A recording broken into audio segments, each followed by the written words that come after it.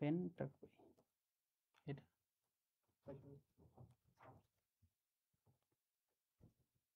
শোনা যাচ্ছে? স্টার্ট। আমার এখানে তো আসে না এখনো। আচ্ছা, আমিও দেখতে পাচ্ছি। যাক, যারা এই মুহূর্তে দেখতে পাচ্ছেন আমাকে, আজকে থেকে হচ্ছে খন্দকার জিকে একটা স্পেশাল ক্লাস শুরু। সেটা হচ্ছে আমরা খন্দকার জিকে বইটা ফার্স্ট টু লাস্ট কমপ্লিট করার ট্রাই করব। চেষ্টা করব যতটুকু সম্ভব কমপ্লিট করার। দেখতে পাচ্ছেন আমাদের আজকের পেজ হচ্ছে 1 থেকে 23 পর্যন্ত। ফার্স্ট চ্যাপ্টার বাংলাদেশ পরিচিতি। 1 নম্বর পেজে কিছু ছবি ছিল, আমরা স্কিপ করে গিয়েছি। এখনো পর্যন্ত লাইভে কেউ জয়েন করেনি। Sabbir Rahman is watching. লাইভে 2-1 জন জয়েন করলে তারপর আমরা শুরু করব।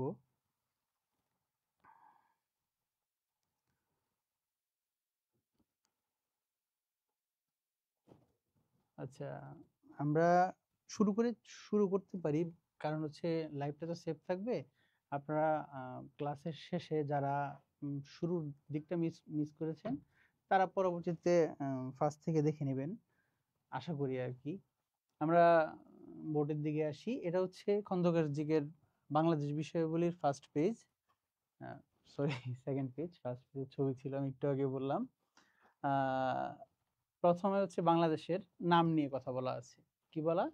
1969 সালের 5 ডিসেম্বর পূর্ব পাকিস্তান থেকে বাংলাদেশ নামকরণ করা হয়। বাংলাদেশ নামকরণ করেন বঙ্গবন্ধু শেখ মুজিবুর রহমান। প্রজাতান্ত্রিক বাংলাদেশ ঘোষণা হয় 17 এপ্রিল 1971 সালে। 16 ডিসেম্বর স্বাধীনতা লাভ করে। এটা হচ্ছে বাংলাদেশের নাম। বাংলাদেশের এই নামটা পরিচিত হয়, যদিও পূর্ব পাকিস্তান থেকে বাংলাদেশ আসছে। পূর্ব পাকিস্তান আসছে কি থেকে? পূর্ব পাকিস্তান আসছে হচ্ছে পূর্ব বাংলা থেকে। পূর্ব বাংলা আসছে কি থেকে? পূর্ব বাংলার আগে নাম ছিল সুবাই বাংলা। তার আগে তার নাম কি ছিল? তার আগে আমরা ইউরোপিয়ানদের বিভিন্ন বইয়ে বাংলার এই অঞ্চলের নাম পাই গঙ্গারিডই। তারও আগে যদি আমরা ঋগ্বেদ, ঐতরে, অরণ্য গ্রন্থ যাই, সেখানে আমরা নাম পাই বঙ্গ। মানে এই নামগুলা একটার পর একটা স্টেপ বাই স্টেপ হতে হতে বাংলাদেশ নামকরণে রূপান্তরিত হয়। তো এটা আমরা খন্দকার জিকের ইতিহাস যে পার্ট আছে, সেই পার্টে খুব সুন্দরভাবে দেওয়া আছে, আমরা সেখানে আলোচনা করব। আমরা এই জায়গাটায় আসি। তারপরে দেওয়া আছে বাংলাদেশের সরকারি নাম গণপ্রজাতন্ত্রী Bangladesh, the People's Republic of Bangladesh. এটা বাংলাদেশের সাংবিধানিক নাম, সংবিধানে আছে, এজন্য বাংলাদেশের নাম এমন। সংবিধানে যদি বাংলাদেশের নাম অন্য কিছু থাকতো তাহলে সেটা হইতো। বাংলাদেশের রাজধানীর নাম ঢাকা। খুব মজার একটা ইনফরমেশন, বাংলাদেশের রাজধানীর নাম ঢাকা। এটা খুব সিল টাইপের কোশ্চেন। কেন সিল টাইপের কোশ্চেন? এটা ক্লাস 1-2 এর ছেলেপেলেরাও জানে। কিন্তু মজার কাহিনী হচ্ছে এই কোশ্চেন বিসিএস এ আসছে। কেন আসছে? কোন বছর আসছে? যেই বছর ঢাকা 2 ভাগে ভাগ হয়। শারমিন সুলতান আতিক, আসসালামু আলাইকুম। ওয়ালাইকুম আসসালাম। ঢাকা যেই বছর ঢাকা মহানগরী 2টা প্রশাসনিক ভাগে ভাগ করে দেওয়া হয়, ঢাকা উত্তর এবং ঢাকা দক্ষিণ, ওই বছর বিসিএস এর কোশ্চেনে আসছে বাংলাদেশের রাজধানীর নাম কি। এবং ঢাকা ওই বছর যেহেতু প্রথম ভাগ হয়, ওই হিসেবে অনেকেই ভুল করে ঢাকা উত্তর বা ঢাকা দক্ষিণ আনসার করে দিয়ে আসছে, যেটা অবশ্যই ভুল। কারণ বাংলাদেশের রাজধানীর নাম ঢাকা। বোর্ডের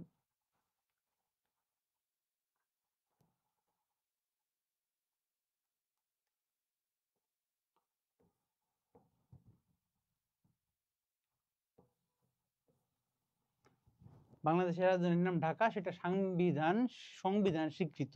সংবিধানে যখন ঢাকার নাম চেঞ্জ করে অন্য কোনো নাম দিবে, গাজীপুর দিবে, নারায়ণগঞ্জ দিবে, চিটাগাং দিতে পারে, সিলেটও দিতে পারে, যখন সংবিধান চেঞ্জ করবে আমরা তখন সেটাতেই মুভ করব।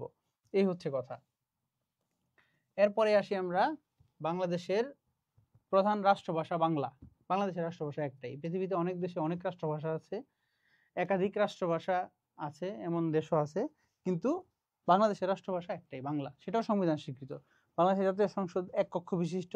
বাংলাদেশে কোনো অঙ্গরাজ্য নাই। বাংলাদেশ হচ্ছে বিভাগ ভিত্তিক দেশ। যেই দেশগুলোতে অঙ্গরাজ্য আছে সেই দেশগুলায় 2 কক্ষ বিশিষ্ট আইনসভা আছে। ভারতে আছে, পাকিস্তানে আছে, আমেরিকাতে আছে, ইংল্যান্ডে আছে, আমাদের দেশে নাই।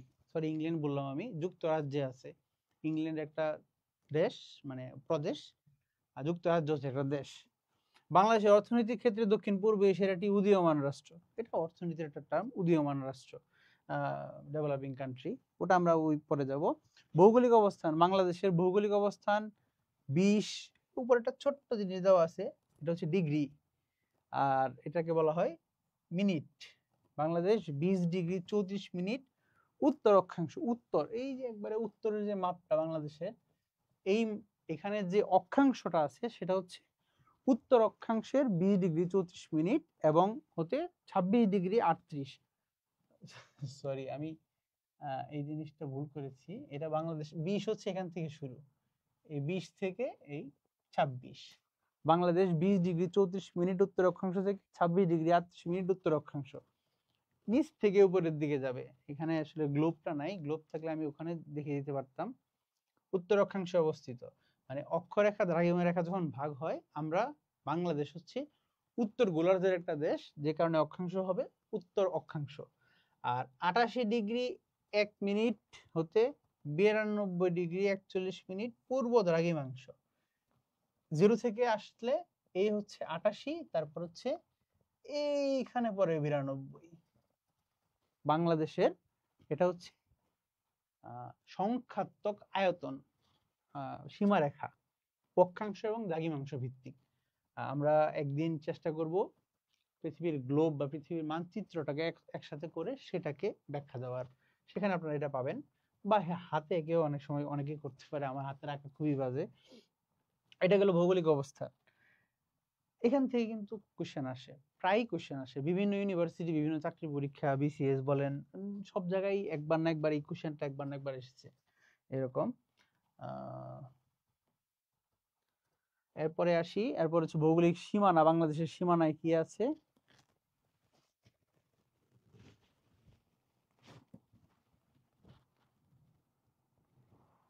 ভৌগোলিক সীমানা, বাংলাদেশের সীমানা উত্তরে পশ্চিমবঙ্গ, মেঘালয়, আসাম, পূর্বে ভারতের আসাম, ত্রিপুরা, মিজোরাম, মিয়ানমার, পশ্চিমে পশ্চিমবঙ্গ এবং দক্ষিণে বঙ্গোপসাগর। এটা হচ্ছে বাংলাদেশের সীমানা। বাংলাদেশের উত্তর, দক্ষিণ, পূর্ব, পশ্চিমে কি আছে। বাংলাদেশের 3 পাশে ভারত, এক পাশে মায়ানমার, এক পাশে ভারতও বলা যায়, কারণ বঙ্গোপসাগরের পরে ভারতের আন্দামান নিকোবর যে প্রদেশটা আছে সেটা আছে, তো সেটাও যেহেতু ভারতের, আমরা ধরতে পারি আমাদের দক্ষিণেও ভারত আছে এরকম। তারপরে আসি জলবায়ু, মানে এই চ্যাপ্টারটার এই ব্যাপার, এই পেজের মূল ব্যাপারটা হচ্ছে বাংলাদেশের একটা সামারি দেওয়া, এখানে কোনো কিছুই ডিটেইলস ব্যাখ্যা দেওয়া নাই। এই জিনিসগুলো একটু পরেই চ্যাপ্টার ওয়াইজ ব্যাখ্যা দেওয়া আছে। যেমন জলবায়ু, বাংলাদেশ ক্রান্তীয় মৌসুমী জলবায়ু অঞ্চলে অবস্থিত, সমুদ্র সান্নিধ্য, মৌসুমী জলবায়ুর প্রভাবে এখানে শীত এবং গ্রীষ্মের তীব্রতা বেশি। এই জিনিসগুলো একটু পরে জলবায়ুর যে চ্যাপ্টার আছে সেই চ্যাপ্টারে বিস্তারিত ব্যাখ্যা দেওয়া আছে। তারপরে খরা প্রবণ অঞ্চল, বাংলাদেশ কোন অঞ্চলে পরিবেশ বন্যা নিয়ন্ত্রিত, বাংলাদেশের বিভাগ কয়টা, জেলা কয়টা, বাংলাদেশের প্রথম জেলা। এই যে দেখেন একটা গুরুত্বপূর্ণ জিনিস কোথায় গেল, বাংলাদেশের প্রথম জেলা চট্টগ্রাম প্রতিষ্ঠিত হয় 1666 সালে। এই 1666 সালে বাংলাদেশের জেলা করছে কে? তখন বাংলাদেশের প্রথম জেলা চট্টগ্রাম ঘোষণা করে মুঘলরা। মুঘলদের দ্বারা প্রথম বাংলাদেশে জেলা স্থাপিত হয়, এই জিনিসটা খেয়াল রাখতে হবে। এটা দেশের প্রথম জেলা ঠিক আছে, বাংলাদেশের প্রথম জেলা না। কিন্তু বাংলাদেশ যখন জন্ম হয় তখন বাংলাদেশে 19টা জেলা ছিল, তো যে কারণে এটা আমরা বাংলাদেশের বলতে পারি না। তবে প্রশাসনিকভাবে বাংলাদেশের অঞ্চলগুলোর মধ্যে প্রথম যেই অঞ্চলটাকে জেলা হিসেবে নির্ধারণ করা হয় সেটা হচ্ছে চট্টগ্রাম। তারপরে আসি আমরা বাংলাদেশের প্রথম ডিজিটাল জেলা। ডিজিটাল জেলা হচ্ছে যশোর। ডিজিটাল বাংলাদেশ যখন ঘোষণা করা হয় তখন যেই যে রিকোয়ারমেন্ট গুলো ফুলফিল করা দরকার ছিল, যে জেলাটা সবার আগে প্রথম এই ফুলফিল করতে পারছে সেটা হচ্ছে যশোর, যে কারণে ডিসেম্বর 20, 2012 যশোরকে ডিজিটাল জেলা ঘোষণা করা হয় প্রথম। তারপরে বাংলাদেশের সিটি কর্পোরেশন 12টি, সামনে খুব সম্ভবত বগুড়াকে সিটি কর্পোরেশন ঘোষণা করা হবে। যদি আপনাদের পরীক্ষার আগে এই ঘোষণাটা চলে আসে তখন আপনারা এটা কারেকশন করে নেবেন, এবং যদি মনে করেন যে আপনাদের পরীক্ষার আগে এটা হয়ে যায় তাহলে এটা মাস পরীক্ষায় আসবে। এটা সাম্প্রতিক ঘটনাবলী বাংলাদেশের বিষয়বলী যদি ঘটে কোনো কিছু, বিশেষ করে প্রশাসনিক, সেটা হটকেক পরীক্ষার জন্য আসবেই, মাস্ট। যেমন তারপরে দেখি আমরা বাংলাদেশের সরকার পদ্ধতি, সংসদীয় সরকার পদ্ধতি, রপ্তানি প্রধান তৈরি পোশাক, আন্তর্জাতিক বিমানবন্দর। তিনটা আন্তর্জাতিক বিমানবন্দর, মূলত চারটা বাংলাদেশে, এই তিনটা অ্যাক্টিভ। আর একটা সৈয়দপুরের যে বিমানবন্দর, সেটা আন্তর্জাতিক মানে রূপান্তরিত হওয়ার আগ পর্যন্ত আপাতত তিনটাই আছে, চারটা হবে টোটাল কয়েকদিন পরেই। সমুদ্র বন্দর তিনটি, চট্টগ্রাম, মংলা, পায়রা। আমাদের আরেকটা সমুদ্র বন্দরের কাজ চলমান, সেটা গভীর সমুদ্র বন্দর মাতারবাড়িতে, সামনে আছে এটা। তারপরে দুর্যোগ বাংলাদেশের উপরে দীর্ঘস্থায়ী প্রভাব ফেলে সমুদ্রের জলস্তরের বৃদ্ধি। গ্লোবাল ওয়ার্মিং, গ্রিন হাউস এফেক্টের কারণে সমুদ্র পৃষ্ঠের উচ্চতা যদি বেড়ে যায়, বাংলাদেশের নিম্নভূমি তলিয়ে যাবে। এটা এখানে এভাবে বলা আছে।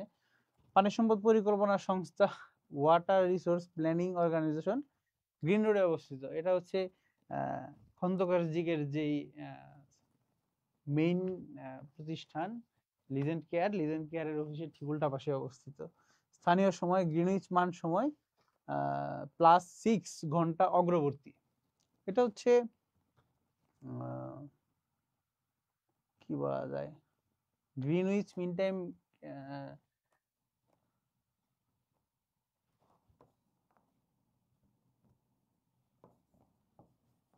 GMT, Greenwich mean time. এই গ্রিনউইচ মিন টাইমের 6 ঘন্টা হচ্ছে বাংলাদেশ অগ্রবর্তী। কেন? পৃথিবীর যে 0 ডিগ্রি অক্ষরেখা, সেই অক্ষরেখাগুলা প্রতি 15 ডিগ্রি পর পর 1 ঘন্টা করে প্লাস 1 ঘন্টা করে মাইনাস হয়। এটা যদি আমরা 0 ধরি, এদিকে প্লাস হবে, এদিকে মাইনাস হবে, যেই কারণে ইউএসএ পরে মাইনাসে আর বাংলাদেশ পরে প্লাসে। বাংলাদেশ এভাবে আস্তে আস্তে 6 নম্বর ঘন্টায় 90 ডিগ্রিতে বাংলাদেশ অবস্থিত। আমরা একটু আগে পড়ে এসেছি।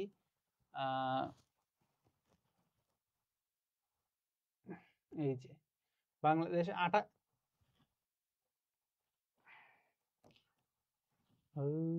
এই যে কি জিনিস ডিজিটালাইজড, 88 আর 92 এর মাঝখানে পরে হচ্ছে 90।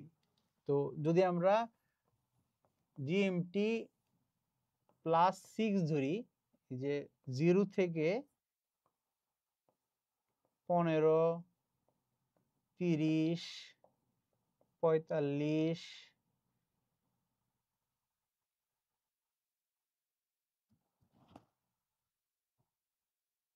45-এর পরে হচ্ছে 60, তারপর হচ্ছে 75, তারপর হচ্ছে 90।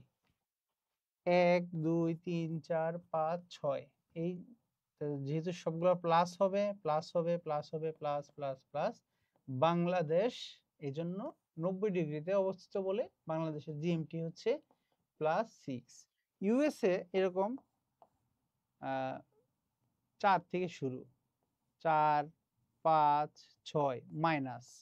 গ্রিনউইচ মিন টাইম বা 0 ডিগ্রি থেকে ইউএসএ হচ্ছে পরে। এটা সূর্য মানে উঠে, সূর্য ডুবে, সূর্য এক পাশ থেকে উত্তোলিত পৃথিবীতে আসে, আলো দেয়, এই পৃথিবী ঘুরে, এটার উপরে ডিপেন্ড করে আর কি। এটা বিস্তারিত ব্যাখ্যা আমরা ওই সামনে দিব। আমরা এরপরে আগাই, এখানে ছিলাম না, আমরা একটু সামনে ছিলাম।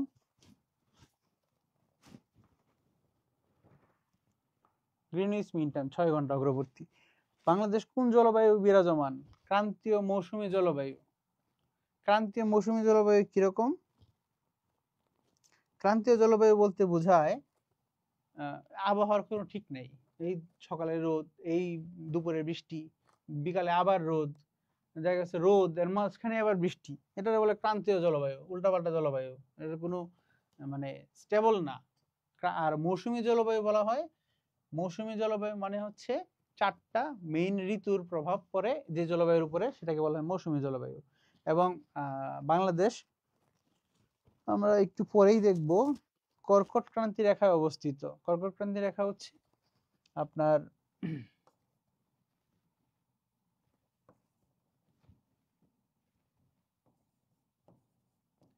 23.5 বা 23.30 উত্তর অক্ষরেখা। এই এই 23.5 বা 23.30 উত্তর অক্ষরেখার ভিতরে বাংলাদেশ অবস্থিত বলে বাংলাদেশ হচ্ছে ক্রান্তীয় মৌসুমী জলবায়ু হতে পারে। মৌসুমী জলবায়ুর বৈশিষ্ট্য হচ্ছে এই কর্কট ক্রান্তি রেখা, আর ক্রান্তীয় বৈশিষ্ট্য হচ্ছে 0 ডিগ্রি থেকে উত্তরে 40 ডিগ্রি পর্যন্ত। 0 ডিগ্রি থেকে 40 ডিগ্রি পর্যন্ত যে এরিয়া পৃথিবীর উত্তর অক্ষাংশ তাকে বলে হচ্ছে ক্রান্তীয় অঞ্চল। পৃথিবীতে যত ঘূর্ণিঝড় উৎপন্ন হয় সবই ক্রান্তীয় অঞ্চলে উৎপন্ন হয়, এবং ঘূর্ণিঝড় কখনোই সমুদ্রে উৎপন্ন হয় না, সেটা মহাসাগরে উৎপন্ন হয়। খেয়াল করে দেখবেন 3 মহাসাগর পৃথিবীতে এই 0 থেকে 40 এর মধ্যে আছে, ভারত মহাসাগর, প্রশান্ত মহাসাগর এবং আটলান্টিক। 3 মহাসাগরের যে ঘূর্ণিঝড়, সেই 3 মহাসাগরের ঘূর্ণিঝড়কে 3 নামে রাখা হয়। আমরা সামনে যখন আলোচনা করব এটা নিয়ে তখন পাবেন। আমরা আপাতত সামনে যাচ্ছি। এরপরের চ্যাপ্টার হচ্ছে ভূপ্রকৃতি। বাংলাদেশের ভূপ্রকৃতি থেকে এটা হচ্ছে বেসিক কোশ্চেন, বাংলাদেশের ভূমিরূপ কিভাবে গঠিত হয়। বাংলাদেশ পৃথিবীর বৃহত্তম বদ্বীপ। এই বদ্বীপ জিনিসটা কি?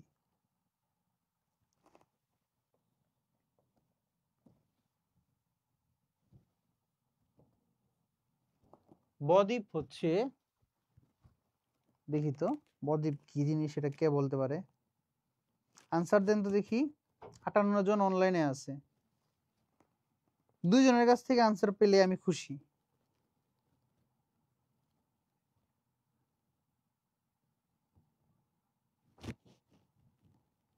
না, কারো তো আনসার দেখতে পাচ্ছি না।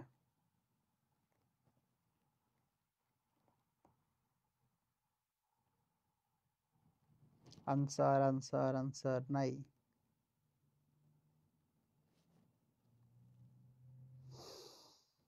দুঃখিত হইলাম, আপনারা কেউ আনসার করেন না, কি আর করা। নাই। বদ্বীপ হচ্ছে ব ব আকৃতির কোনো ভূমি, যেটা ব হইতে পারে, উল্টা ব হতে পারে, 3 কোণা হতে পারে। এটা হচ্ছে বদ্বীপ হওয়ার দ্বিতীয় শর্ত। আচ্ছা, সুমন হোসাইন আনসার করেছে ডেল্টা। বদ্বীপের বাংলা হচ্ছে ডেল্টা। যাই হোক, তাও আপনি আনসার করছেন, আপনাকে ধন্যবাদ। অন্যরা তো আনসারই করে নাই। সাউন্ড কম কোনো একটা, সাউন্ড কম কমেন্ট আরেকটু জোরে। আমাদের পুরো ঠিক আছে, কিন্তু ওদের সমস্যা। আচ্ছা আচ্ছা আচ্ছা। লামিয়া আক্তার আরেকটু লাউড, আমারটা বাড়াচ্ছি, আমার গলা, আপনি আপনার সাউন্ডটা আরেকটু বাড়ায় দেন। যেটা বলতেছিলাম সেটা হচ্ছে বদ্বীপ বা ডেল্টা হচ্ছে দ্বিতীয় শর্ত হচ্ছে এটা কি হইতে হবে? ব আকৃতির হতে হবে। তো বাংলাদেশ কি ব আকৃতির? বাংলাদেশের মানচিত্র দেখে কি কোনো মুহূর্তে মনে হয়? ব্ল্যাক পেন ইউজ করেন, বোর্ড তো ডিজিটাল, ব্ল্যাক ইউজ করি আর কালো ইউজ করি, এটাতে কি পার্থক্য আল্লাহ জানে। দেখি ব্ল্যাকটা ইউজ করে।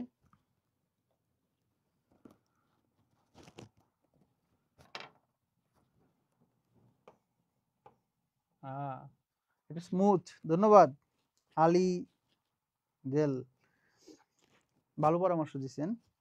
তো এই বদ্বীপ ব আকৃতির, এটা হচ্ছে বদ্বীপ হওয়ার দ্বিতীয় শর্ত।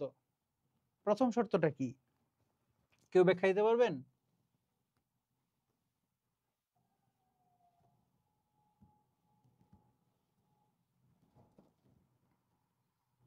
সুমন হোসাইন, যিনি বলেছিলেন যে বদ্বীপ মানে ডেল্টা, আপনি অ্যান্সার দেন দেখি।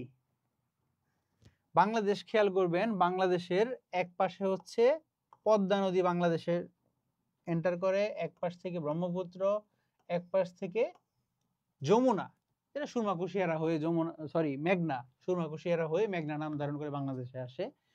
এর মধ্যবর্তী যে অঞ্চল, ময়মনসিংহ অঞ্চল, ঢাকা অঞ্চল, ফরিদপুর অঞ্চল এবং বরিশাল অঞ্চল,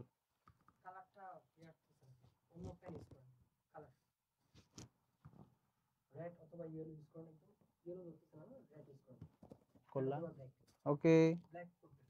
ব্ল্যাক, ব্ল্যাক কালার কোথায়? এটা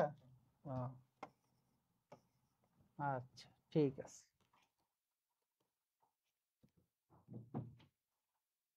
আয়েশা সিদ্দিকা মিম, ভাইয়া আমি জুবায়ের জিকে কিনছি। আপনি ক্লাস করেন, একটা বই যেহেতু কিনছেন, আরেকটা কেনার জন্য তো বলতে পারি না।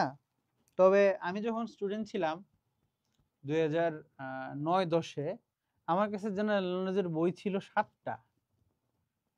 তো আপনিও সেটা দেখতে পারেন, ভেবে দেখতে পারেন, বাট ফোর্সফুলি না। আপনি যদি এই ক্লাসগুলা করেন, খন্দকার জিকেটা আপনার অন্তত কিছুটা হলেও কাভার হবে। ঠিক আছে? জুবায়ের জিকে অত্যন্ত ভালো বই, এটা অস্বীকার করার উপায় নেই। এক বইয়ের ক্লাস নিচ্ছি বলে যে আমি আরেক বইকে খারাপ বলবো, ব্যাপারটা এমন না। সব বই ভালো, সব বইয়ের রাইটার কোনো না কোনো দিক থেকে ভালো বলেই তো সেই বইটা বাজারে এখনো টিকে আছে। আমরা এদিকে আসি, যেটা বলতেছিলাম, পদ্মা, ব্রহ্মপুত্র এবং মেঘনা তার অববাহিকায় পলি জমে ময়মনসিংহ, ঢাকা, ফরিদপুর এবং বরিশাল অঞ্চল, যেই অঞ্চলটা ডেভেলপড হয়েছে, খেয়াল করে দেখেন এই অঞ্চলের আকৃতি কেমন। এই অঞ্চলটার আকৃতি হচ্ছে বয়ের মতো। প্রাচীন আমলে এই অঞ্চলটাকে বলা হয়তো বঙ্গ। কি বলা হতো? বঙ্গ। আর আলী জেলা, আমি দুবাইয়ের জিকে বাট খন্দকার জিকের ক্লাস করি, করেন, কোনো সমস্যা নাই। You are welcome, mostly welcome. তো এই যে বঙ্গ, এই অঞ্চলটাকে বলা হয়তো বঙ্গীয় বদ্বীপ। মূলত আমরা যে ইনফরমেশনটা পাই, বাংলাদেশ পৃথিবীর বৃহত্তম বদ্বীপ, এটা আসলে ইনফরমেশনটা একটু মডিফাইড। আমরা তো বাঙালিরা পরিবর্তন করতে অনেক পছন্দ করি। বঙ্গ হচ্ছে পৃথিবীর বৃহত্তম বদ্বীপ, তো সেই ক্ষেত্রে যেহেতু বঙ্গ বাংলাদেশের অংশ, এটাও আমরা বলতে পারি পৃথিবীর বৃহত্তম বদ্বীপ কি? বাংলাদেশ। খেয়াল রাখবেন। আর আরেকটা ব্যাপার হচ্ছে, আপনারা যখন সুন্দরবনের চ্যাপ্টার পাবেন তখন দেখবেন বাংলাদেশের বৃহত্তম বদ্বীপ হচ্ছে সুন্দরবন। খেয়াল রাখবেন, দুইটা ইনফরমেশন, পৃথিবীর বৃহত্তম বদ্বীপ বাংলাদেশ এবং বাংলাদেশের বৃহত্তম বদ্বীপ সুন্দরবন। ক্লিয়ার? আমরা পরের দিকে আসি। গ্রিনউইচ মান মন্দির থেকে বাংলাদেশ 90 ডিগ্রি পূর্ব দ্রাঘিমা রেখা অবস্থিত। একটু আগে আমরা বলতেছিলাম যে 0 ডিগ্রি থেকে বাংলাদেশ 90 ডিগ্রিতে অবস্থিত। রেখা কয়টা হয়? 6টা, যে কারণে +6 বাংলাদেশ। ওই 0 ডিগ্রি যে বরাবর, যেই বরাবর লন্ডনে আছে কি? গ্রিনউইচ মান মন্দির। কোথায়? লন্ডন। DON না DN, আল্লাহ জানে। লন্ডনবাসী আমার উপরে খেপতে পারে। যাই হোক, বানান ভুলে গেছি, কিছু করার নাই। গ্রিনউইচ মান মন্দির কোথায় অবস্থিত? লন্ডনে অবস্থিত। সেই লন্ডন থেকে বাংলাদেশের টাইম জোন 6 ঘন্টা প্লাস, কারণ বাংলাদেশ 90 ডিগ্রি পূর্ব দ্রাঘিমা রেখায় অবস্থিত। খেয়াল করেন, পূর্ব দ্রাঘিমা রেখা। আমরা একটু আগে বলছি বাংলাদেশ উত্তর অক্ষাংশ এবং পূর্ব দ্রাঘিমাংশে অবস্থিত। আচ্ছা, এরপরে যাই আমরা। এরপর দেখেন বাংলাদেশের উপর দিয়ে কর্কট ক্রান্তি রেখা গিয়েছে, একটু আগেই ব্যাখ্যা দিয়েছিলাম আমরা। 23.5 কর্কট ক্রান্তি রেখা। দেশের পাহাড়ি এলাকার গড় উচ্চতা 2000 ফুট। আমাদের পাহাড়গুলো তুলনামূলক একটু ছোট পাহাড়, যদিও হিমালয়ের একটু বাতাস আমরা পাই, তারপর আমাদের পাহাড়গুলো ছোট ছোট, মাত্র 2000 ফুট। এটা হচ্ছে ইন এভারেজ হাইট। বাংলাদেশ ক্রান্তীয় মৌসুমী জলবায়ু অঞ্চল, এই লাইনটা আমরা আগের পেজেও পেয়েছি। যাক, সামনের দিকে আগে আমরা বাংলাদেশের ভূপ্রকৃতি তিন ধরনের। কিরকম 3 ধরনের? টারশিয়ারি যুগের পাহাড়, প্লাইস্টোসিন যুগের সোপান, সাম্প্রতিক কালের প্লাবন সমভূমি। আমরা কারো কোনো কমেন্টস নাই? বাবা, লামিয়া আক্তার, আমি জুবায়ের মিহিরেন খন্দকার কিনেছি। মানে হচ্ছে যেই বইয়ের নামের পিছনে জিকে লেখা আছে আপনি সেটাই কিনেছেন। গুড। বই আরো কিনবেন, কোনো সমস্যা নাই। বই কিনে কেউ দেউলিয়া হয় না, সৈয়দ মুস্তফা আলী বলছে। ঠিক আছে? দেখেন এখানে টারশিয়ারি যুগের পাহাড়, প্লাইস্টোসিন সময়, এটা টারশিয়ারি যুগের পাহাড়ের বর্ণনাগুলো এখানে দেওয়া আছে। সুন্দর করে দেখেন কি দেওয়া। অন্তর্ভুক্তি: বাংলাদেশের দক্ষিণ পূর্ব, উত্তর এবং উত্তর পূর্ব অঞ্চলের ভারসাম্য, সিলেট, হবিগঞ্জ, ময়মনসিংহ, চট্টগ্রাম, কক্সবাজার, পার্বত্য চট্টগ্রাম অঞ্চল। মানে বাংলাদেশের যে পাহাড়ি এলাকাগুলো, সেটা কোন অঞ্চল? মূলত বাংলাদেশের পাহাড় কোথায় আছে? ময়মনসিংহ হচ্ছে গারো পাহাড়, বাকিটা হচ্ছে সিলেট এবং পার্বত্য চট্টগ্রাম। এই পাহাড়গুলো টারশিয়ারি যুগের, মানে পৃথিবী গঠিত হওয়ার, পৃথিবীতে উত্থান পতন এখন বলতে গেলে নাই বললেই চলে, কারণ আমরা দীর্ঘ প্রায় 150-200 বছর ধরে পৃথিবীর ভূমিরূপের কোনো পরিবর্তন ওই রকম দেখতে পাচ্ছি না। এটা আমাদের জন্য একটু মানে ভয়ঙ্কর, কারণ পৃথিবীতে প্রায় 100 বছর পর পর একটা বড় ধরনের ভূমিকম্প হয়। যেমন আমরা জানি আমাদের যমুনা নদী ভূমিকম্পের ফলে সৃষ্টি হয়। তো চিন্তা করেন, একটা খোলা ময়দান, খালি মাঠ, সেটা ভেঙে কি সৃষ্টি হয়েছে, একটা নদীর সৃষ্টি হয়ে গেছে, এত বিশাল নদী। এমন একটা ভূমিকম্প যদি ঢাকার মাঝখান দিয়ে হয়, ঢাকার মাঝখানে দেখবেন কত বড় নদী, বুড়িগঙ্গা হয়ে যাবে ধরেন 10 কিলোমিটার লম্বা। শেষ আমরা সবাই যারা আছি, আর ক্লাস করতে পারবেন না।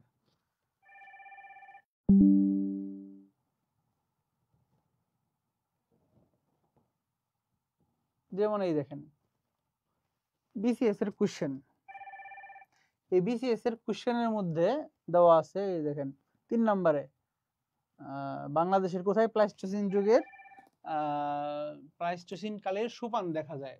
উত্তর হচ্ছে গ, এই কুমিল্লায় প্লাইস্টোসিন কালের সোপানভূমি। তার মানে এই যে টারশিয়ারি যুগ, প্লাইস্টোসিন যুগ, এই যুগগুলো থেকে কিন্তু পরীক্ষায় কি হয়, কোশ্চেন আসে। বিসিএস এ আসছে, ইউনিভার্সিটি বিসিএস এর কোশ্চেন থেকে অনেক সময় এমন হয় ইউনিভার্সিটি পরীক্ষাগুলোতে ডিরেক্ট কোশ্চেন উঠায় দেয়।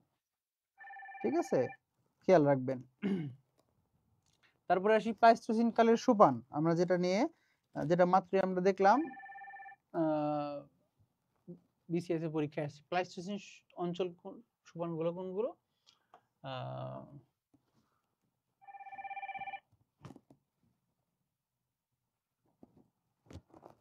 দেখেন বাংলাদেশের অন্তর্ভুক্ত অঞ্চল হচ্ছে উত্তর পশ্চিমাঞ্চলের, আমাকে একজন ফোন দিচ্ছে কন্টিনিউয়াসলি, কেটে দিচ্ছি বারবার, এটা রাখো তো।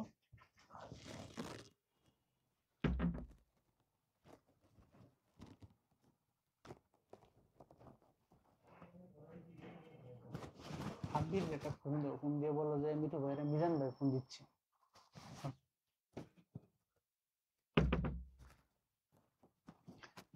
দুঃখিত, আমাকে একজন ফোন দিচ্ছিল, আমার প্রফেশনে ফোন দেওয়াটা আসলে সময়ের কোনো ব্যাপার নয়, ক্লায়েন্ট ফোন দিয়েছিল। দেখেন প্লাইস্টোসিনের সোপান সমূহ কি? বরেন্দ্রভূমি, মধুপুর ভাওয়াল এবং কুমিল্লার লালমাই অঞ্চল। আমরা আরেকটু সহজ করে বলতে পারি, বাংলাদেশের যে এলাকায় লাল মাটি আছে সেই এলাকায় হচ্ছে প্লাইস্টোসিন অঞ্চল। এটা হচ্ছে পাহাড়ি যুগের পরের যুগে যেই অঞ্চলগুলো ডেভেলপড হয় সেটা হচ্ছে প্লাইস্টোসিন যুগ। দেওয়া আছে আনুমানিক 25,000 বছর।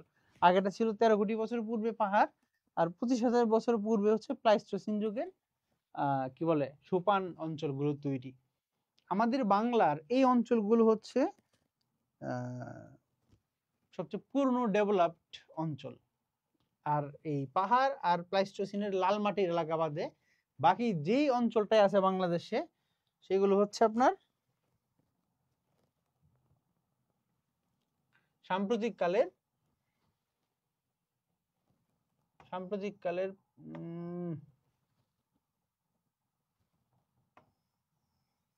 প্লাবন সমভূমি। মানে একটু আগে আমরা যেটা বললাম, এই যে 80% ভূমি নদী বিধৌত এবং বিস্তীর্ণ সমভূমি। এই নদী বিধৌত সমভূমিটা পলি মাটি দ্বারা গঠিত। বাংলাদেশে তো উর্বর হওয়ার পিছনে, বাংলাদেশের ভৌগোলিকভাবে এত ভালো হওয়ার পিছনে মূল কারণ কিন্তু এই পলি মাটি। এক সময় আমাদের বাংলা এটা খুব সমৃদ্ধ অঞ্চল ছিল। সেটা আপনারা ধরেন আজ থেকে প্রায় 5,000, 3,000, 5,000 বছর পূর্বের ঘটনা। বাংলা ছিল সবচেয়ে সমৃদ্ধ অঞ্চল। কেন সমৃদ্ধ অঞ্চল ছিল? কারণ আমরা পলি দ্বারা গঠিত অঞ্চল এবং এই অঞ্চলে প্রচুর ফসল উৎপাদন হতো। এমনও ঘটনা আমরা জানি, ইতিহাসে বলা আছে, ইরাকে কি হয় আপনার দুর্ভিক্ষ দেখা যায়, বাংলার এক রাজা, এক জমিদার জাহাজ ভরে ওখানে ত্রাণ সামগ্রী পাঠিয়েছিল। এমন অবস্থা, আমরা এত বড় লোক ছিলাম, এখন আমরা গরিব, আর কি করব। আচ্ছা, তারপরে দেখেন এই প্লাবন সমভূমি এই অঞ্চলের পরে আমাদের ভূমিরূপ মোটামুটি এই তিনটাই, এর বাইরে আমাদের মানে কোনো ভূমিরূপ নাই। এর বাইরে ভূমিরূপ আছে একটাই, সেটা হচ্ছে মালভূমি। তো এই মালভূমি বাংলাদেশে আবার নাই। তো মালভূমি নাই, আমরা এই জন্য দুঃখ প্রকাশ করে লাভ নাই। আমরা পাহাড় পাইছি, এটাই অনেক কিছু। তারপরে দেখি আমরা বঙ্গোপসাগর। আমাদের মোটামুটি সবচেয়ে বড় যে কি বলা যায় সম্পদ, কারণ পৃথিবী অর্থনীতি পরবর্তীতে নাকি অর্থনীতি হবে সামুদ্রিক অর্থনীতি, ব্লু ইকোনমি যেটা বলে আর কি। তো সেই ক্ষেত্রে আমরা একটা মোটামুটি ভালো এরিয়ার কি বলে মোটামুটি একটা বিশাল এরিয়ার সমুদ্র পাই। কত? বাংলাদেশের সমুদ্রের আয়তন প্রায় 21,72,000 বর্গ কিলোমিটার এবং গড় গভীরতা হচ্ছে 2300 মিটার বা 8,500 ফুট। বেঙ্গল ফেন ভূমিরূপ, এই ত্রিভুজ আকৃতির উপসাগর, এটা খুবই গুরুত্বপূর্ণ একটা ইনফরমেশন, যেটা আপনি বেশিরভাগ জায়গায় পাবেন না। কেন পাবেন না? কারণ এই উপসাগর যে জিনিসটা, উপসাগর হচ্ছে দুই ক্যাটাগরির, একটা হচ্ছে গালফ আর একটা হচ্ছে বে।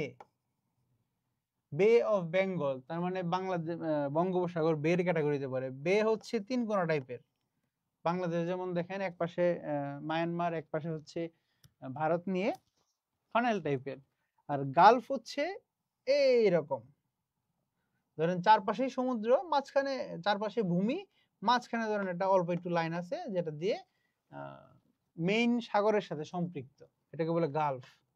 বঙ্গোপসাগর পৃথিবীর সবচেয়ে বড় উপসাগর বে ক্যাটাগরিতে, কিন্তু গালফ ক্যাটাগরিতে পৃথিবীর সবচেয়ে বড় উপসাগর হচ্ছে মেক্সিকো উপসাগর।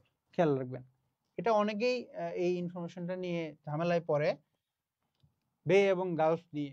যেমন ধরেন পরীক্ষায় আসলো যে সবচেয়ে বড় গালফ কোনটা, গালফের বাংলা উপসাগর সবাই জানে, আর বাঙালি তো দেশপ্রেম বেশি, আনসার করে দিল বঙ্গোপসাগর সবচেয়ে বড় গালফ, আনসার কিন্তু ভুল।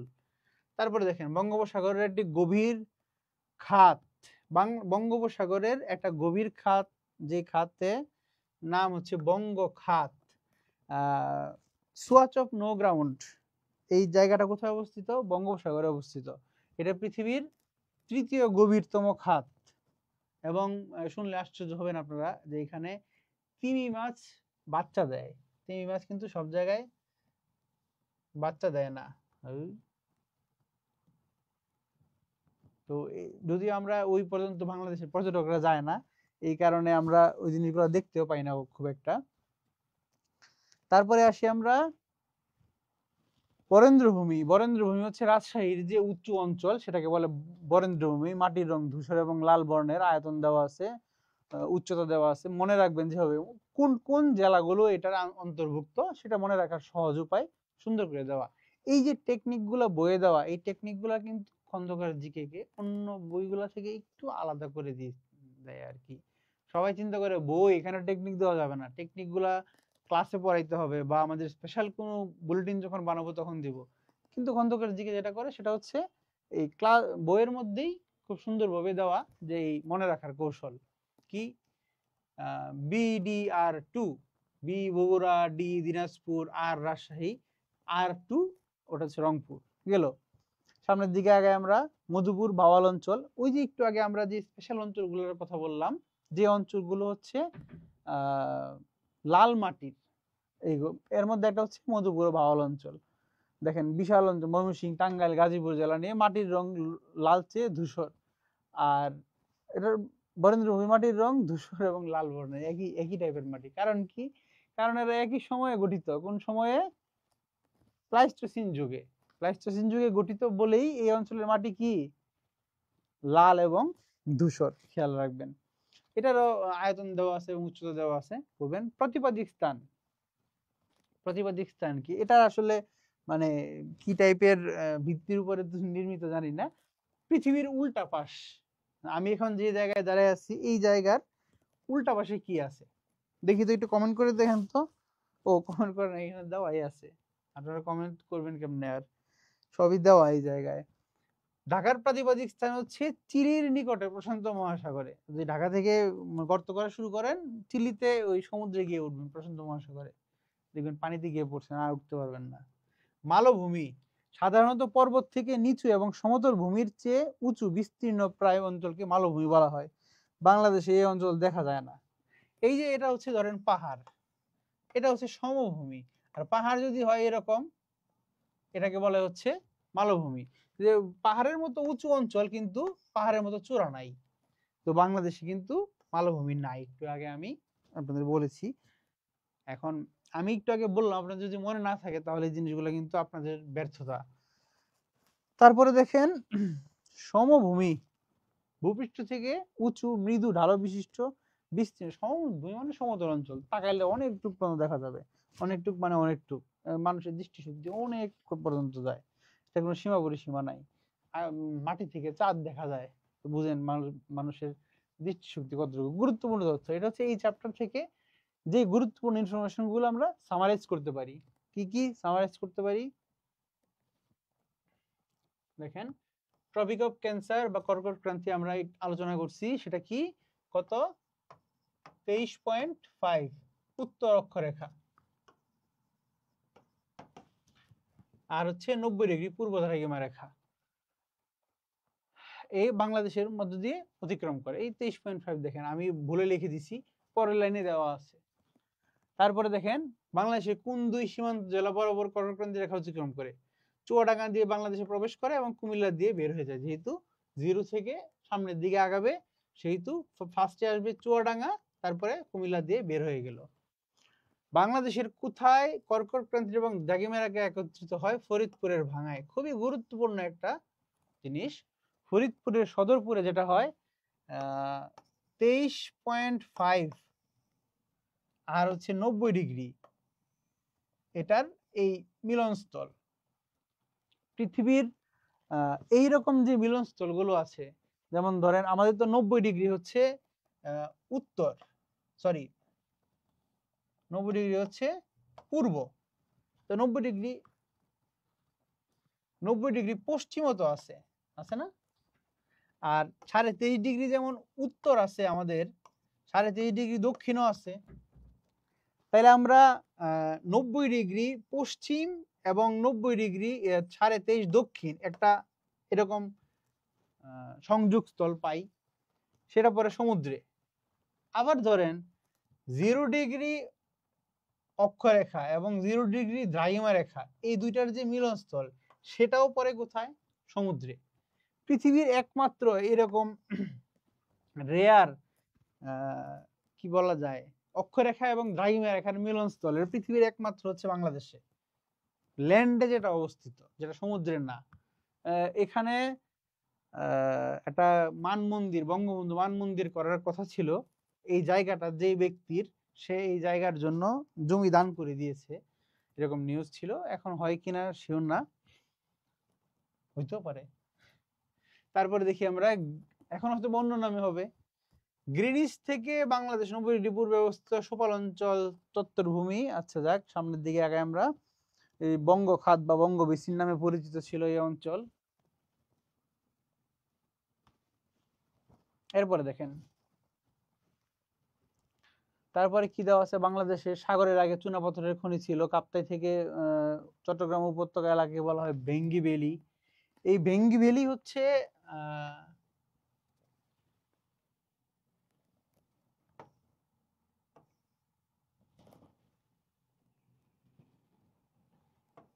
ডিজিটাল জিনিসের অনেক সমস্যা, কি আর বলবো। কাপ্তাই থেকে পার্বত্য চট্টগ্রামের উপত্যকা এলাকাকে কি বলা হয়? ভেঙ্গি ভ্যালি। এই ভেঙ্গি ভ্যালিতে কাপ্তাইয়ের যে লেক, সেই জায়গাটা অবস্থিত। তারপরে দেখেন পুরাতন পলল চত্বর, প্লাইস্টোসিন যুগ, প্লাবন সমভূমি, তারপরে পাহাড়ি অঞ্চলগুলো, এটা কিন্তু খুবই গুরুত্বপূর্ণ একটা কথা। এটা খুব নরমাল, খুব সিলি টাইপের একটা জিনিস। টিলা, বাংলাদেশের উত্তরাঞ্চলে পাহাড়গুলোকে স্থানীয়ভাবে কি নামে পরিচিত? টিলা। এটা কিন্তু আমরা মানে গ্রাম অঞ্চলে নরমালি বলে টিলা এলাকা, একটু উঁচু এলাকাকে বলে টিলা এলাকা, কিন্তু আমাদের উত্তরাঞ্চলে যে ছোট ছোট পাহাড়গুলোকে টিলা বলে, এটা কিন্তু একদম মানে জেনারেল নলেজের আওতার ভুক্ত কোশ্চেন না, এটা নর্মাল একটা কথা যে ওটা কি, ওটা টিলা। কিন্তু এটা কিন্তু বিশ্ববিদ্যালয়ের ভর্তি পরীক্ষার কোশ্চেন। তো চিন্তা করেন, এরকম নর্মাল জিনিস কোশ্চেনে আসতে পারে, কঠিন জিনিস তো আসবেই পরীক্ষায়, খেয়াল রাখবেন। তারপরে দেখেন বাংলাদেশের দক্ষিণ পূর্বের পাহাড়গুলোকে স্থানীয়ভাবে পরিচিত হচ্ছে ডিবি বা গড় নামে। দক্ষিণ পূর্বাঞ্চল মানে হচ্ছে আপনার কি বলে দক্ষিণ আর পূর্ব, ওই চট্টগ্রাম অঞ্চলের যে পাহাড় এটাকে বলা হচ্ছে ডিবি। মানে যে যে পাহাড়গুলো উচ্চতা তুলনামূলক কম, যে দেওয়া আছে উচ্চতা 600 মিটারের কাছাকাছি যেগুলা, মানে পর্বত শৃঙ্গ বাদে বাকি যেগুলো আছে ওগুলাকে বলে। গ্রিন হাউসের ইফেক্টের কারণে বাংলাদেশে কোন ধরনের ক্ষতি হতে পারে? নিম্নভূমি তলে যেতে পারে। নিম্নভূমি তলে যাওয়া মানে কি? একটু আগে আমরা বলতেছিলাম যে যখন সমুদ্র পৃষ্ঠের উচ্চতা বেড়ে যাবে বাংলাদেশের নিম্নভূমি কি হবে? তলে যাবে। এটাকে বলা হয় গ্রিন হাউস ইফেক্টের বাংলাদেশের ক্ষতির পার্ট। বাংলাদেশের মোট আয়তন, আচ্ছা এই চ্যাপ্টার এটা হচ্ছে সামারি গেল এই চ্যাপ্টারের। এরপরে আসি বাংলাদেশের আয়তন। বাংলাদেশের আয়তন কত? 1,47,570। এখানে একটা বিস্তর ব্যাখ্যা দেওয়া আছে যে ছিটমহল বিনিময়ের কারণে আমরা 40 বর্গ কিলোমিটার জায়গা লাভ করি। এখন পরীক্ষায় যদি আসে কি অ্যান্সার করবেন বলেন দেখি? পরীক্ষায় যদি আর থাকে 610 আর পরীক্ষায় থাকে 47,570, তখন আনসারটা কি হবে দেখি? 58 জন লাইভে আছে, 58 জনের মধ্যে অন্তত 5 জনের বলা উচিত যে আপনারা কোনটা আনসার করবেন, 47,570 নাকি 1,47,610। দেখি আনসার করেন।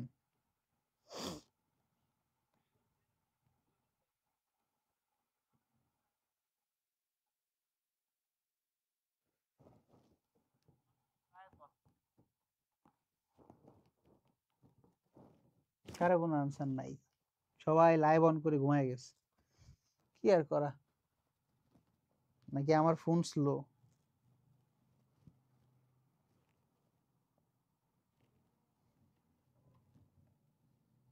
আপনারা কেউ কি লাইভ শেয়ার করেন নাই, নাকি ফ্রি ক্লাস বলে শেয়ার করার মানে দায়ভার নাই? এরকম শেয়ার করে দেন ক্লাস। জ্ঞান মানে যত ছড়াই দিবেন তত জ্ঞান বাড়বে। তো এটা দেখা গেল আপনার ফ্রেন্ডরা শেয়ারের কারণে আপনার ফ্রেন্ড দেখলো একটা ইনফরমেশন নিয়ে আপনার সাথে, মানে কোনো কারণে তার যে আছে এই জিনিসটা কেমন, দেখলেন যে এটা পরীক্ষা চলে আসছে, পড়ছেন এটা মনে থাকবে না, কিন্তু ফ্রেন্ডের সাথে এটা নিয়ে আলোচনা করছেন ওটা থেকে মনে থাকবে। তো যেই কারণে জ্ঞান ছড়াই দেন, লাইভ শেয়ার করে দেন। আচ্ছা এটা নিয়ে যেটা বলতেছিলাম, এখন পর্যন্ত সরকার কোনো গেজেটের মাধ্যমে প্রকাশ করে নাই যে বাংলাদেশের আয়তন 1,47,610। যেহেতু গভর্নমেন্ট আমারে জানায় নাই, আমিও জানি না 610। আমি এখন পর্যন্ত কি জানি? 570। তাহলে আনসারটা কি হবে? 1,47,570। কিন্তু যদি কোনো কোশ্চেন এমন ভাবে মেনশন করে যে ছিটমহল বিনিময়ের কারণে বাংলাদেশের বর্তমান আয়তন কত, সেক্ষেত্রে উনি মেনশন করেই দিয়েছে ছিটমহল বিনিময়ের কারণে আমার লাভ হয়েছে, তাহলে আনসার হবে কত? 610। আচ্ছা তারপরে দেখি আমরা বাংলাদেশের আয়তনের প্রায় সমান হচ্ছে নেপাল। আছে যাক, ও বাংলাদেশের অবস্থান কততম আয়তনে? 94তম উইকিপিডিয়া এবং 90তম বাংলাদেশ বিশ্ব পরিচিতি। আয়তন নিয়ে তো আসলে ঝামেলা থাকার কথা না, বাংলাদেশের বিশ্ব পরিচিতি যা আছে তাই। যাক 90তম 94তমই হওয়া উচিত। সীমানা দেখেন, বাংলাদেশের সীমানা কি কি দেওয়া আছে? বাংলাদেশের সীমান্তবর্তী দেশ দুইটা, ভারত এবং মায়ানমার। আর সীমান্তবর্তী 64 জেলার মধ্যে 32টা হচ্ছে সীমান্তবর্তী। এটা মুখস্থ করার কোনো দরকার নাই। 64 অর্ধেক অর্ধেক হচ্ছে 32। তার মানে বাংলাদেশে যে কয়টা জেলা আছে তার অর্ধেক সীমান্তবর্তী, অর্ধেক সীমান্তবর্তী নয়।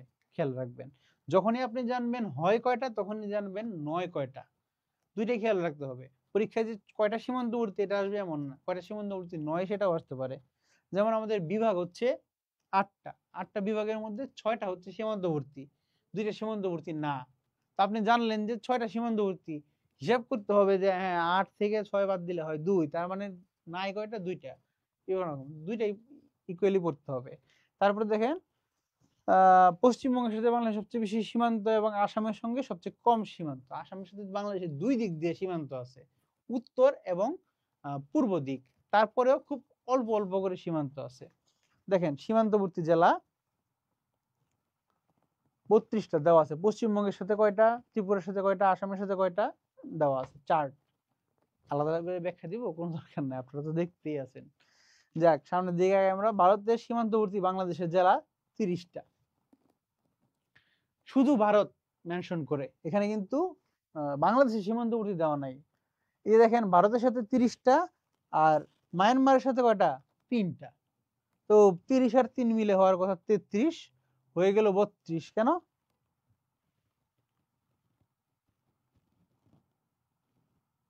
এখানে দেওয়া নাই, কেন হয়ে গেল 32? কারণ হচ্ছে বাংলাদেশের একটা জেলা ভারত এবং মায়ানমার দুইটার সাথে সীমান্ত শেয়ার করে। সেটাকে আনসার দেন দেখি। বাংলাদেশের কোন জেলা ভারত এবং মায়ানমার দুই দেশের সাথে সীমান্তবর্তী? দুই দেশের সীমান্ত আছে, দেখেন এখানে ছোট্ট করে দেওয়া আছে, ওখানে দেখেন কি আছে, এখানে দেখেন কি আছে। কমন কোনটা?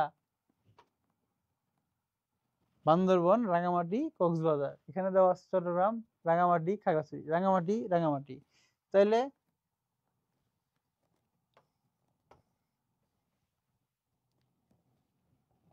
রাঙ্গামাটি আর রাঙ্গামাটি, তাহলে 33 আর 3 যোগ 33 না হয়ে কেন 32 হলো, এটা বুঝতে পারছেন তো? যে আমাদের 30টা জেলা হচ্ছে ভারতের সাথে সীমান্তবর্তী, 3টা মায়ানমারের সাথে সীমান্তবর্তী, মাঝখানে বাকি থাকলো কয়টা? একটা। সেই একটা কি কমন? রাঙ্গামাটি। রাঙ্গামাটি, রাঙ্গামাটির জায়গার নাম হচ্ছে বিলাইছড়ি।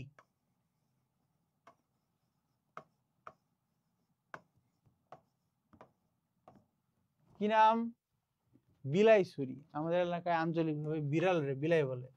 তো বিলাইছড়ি যে উপজেলা আছে, সেই উপজেলায় ভারত এবং মায়ানমার দুই দেশেরই সীমান্ত আছে। খেয়াল রাখবেন, ভারতের সাথে বাংলাদেশের সীমান্তবর্তী জেলা কোন বিভাগে, কোন কোন জেলায় আছে সেটা খেয়াল রাখবেন। কারণ অনেক সময় দেখা যায় বিভিন্ন অঞ্চলে, ভারতের সাথে আমাদের বিভিন্ন সীমান্তবর্তী অঞ্চলে বিভিন্ন সময় পুশিন পুশবেক সীমান্ত গোলাগুলি হয়, বা ধরেন সীমান্ত নিয়ে সংঘাত, বা সীমান্ত নিয়ে কোনো বৈঠক, বা সীমান্তে কোনো বাজার, বা সীমান্তে ধরেন কোনো অনুষ্ঠান, এরকম হওয়ার কারণে যে কোনো সীমান্ত আলোচিত হতে পারে, পরীক্ষা চলে আসতে পারে। পরীক্ষায় কোথায় কোশ্চেন আসবে এটা কেউ জানে না, ঢাকা ইউনিভার্সিটির টিচার, ইউনিভার্সিটির টিচার যারা আছে শুধু ওরাই জানে।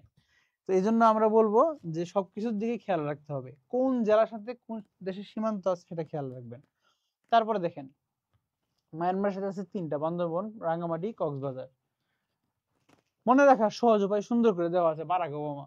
ওবামাটা মনে না রাখেন, বারাক মনে রাখলেই হবে, ঠিক আছে? তারপরে দেখেন বাংলাদেশের সীমান্তবর্তী মিয়ানমারের প্রদেশ হচ্ছে 2টা। কয়টা? 2টা, রাখাইন এবং চীন।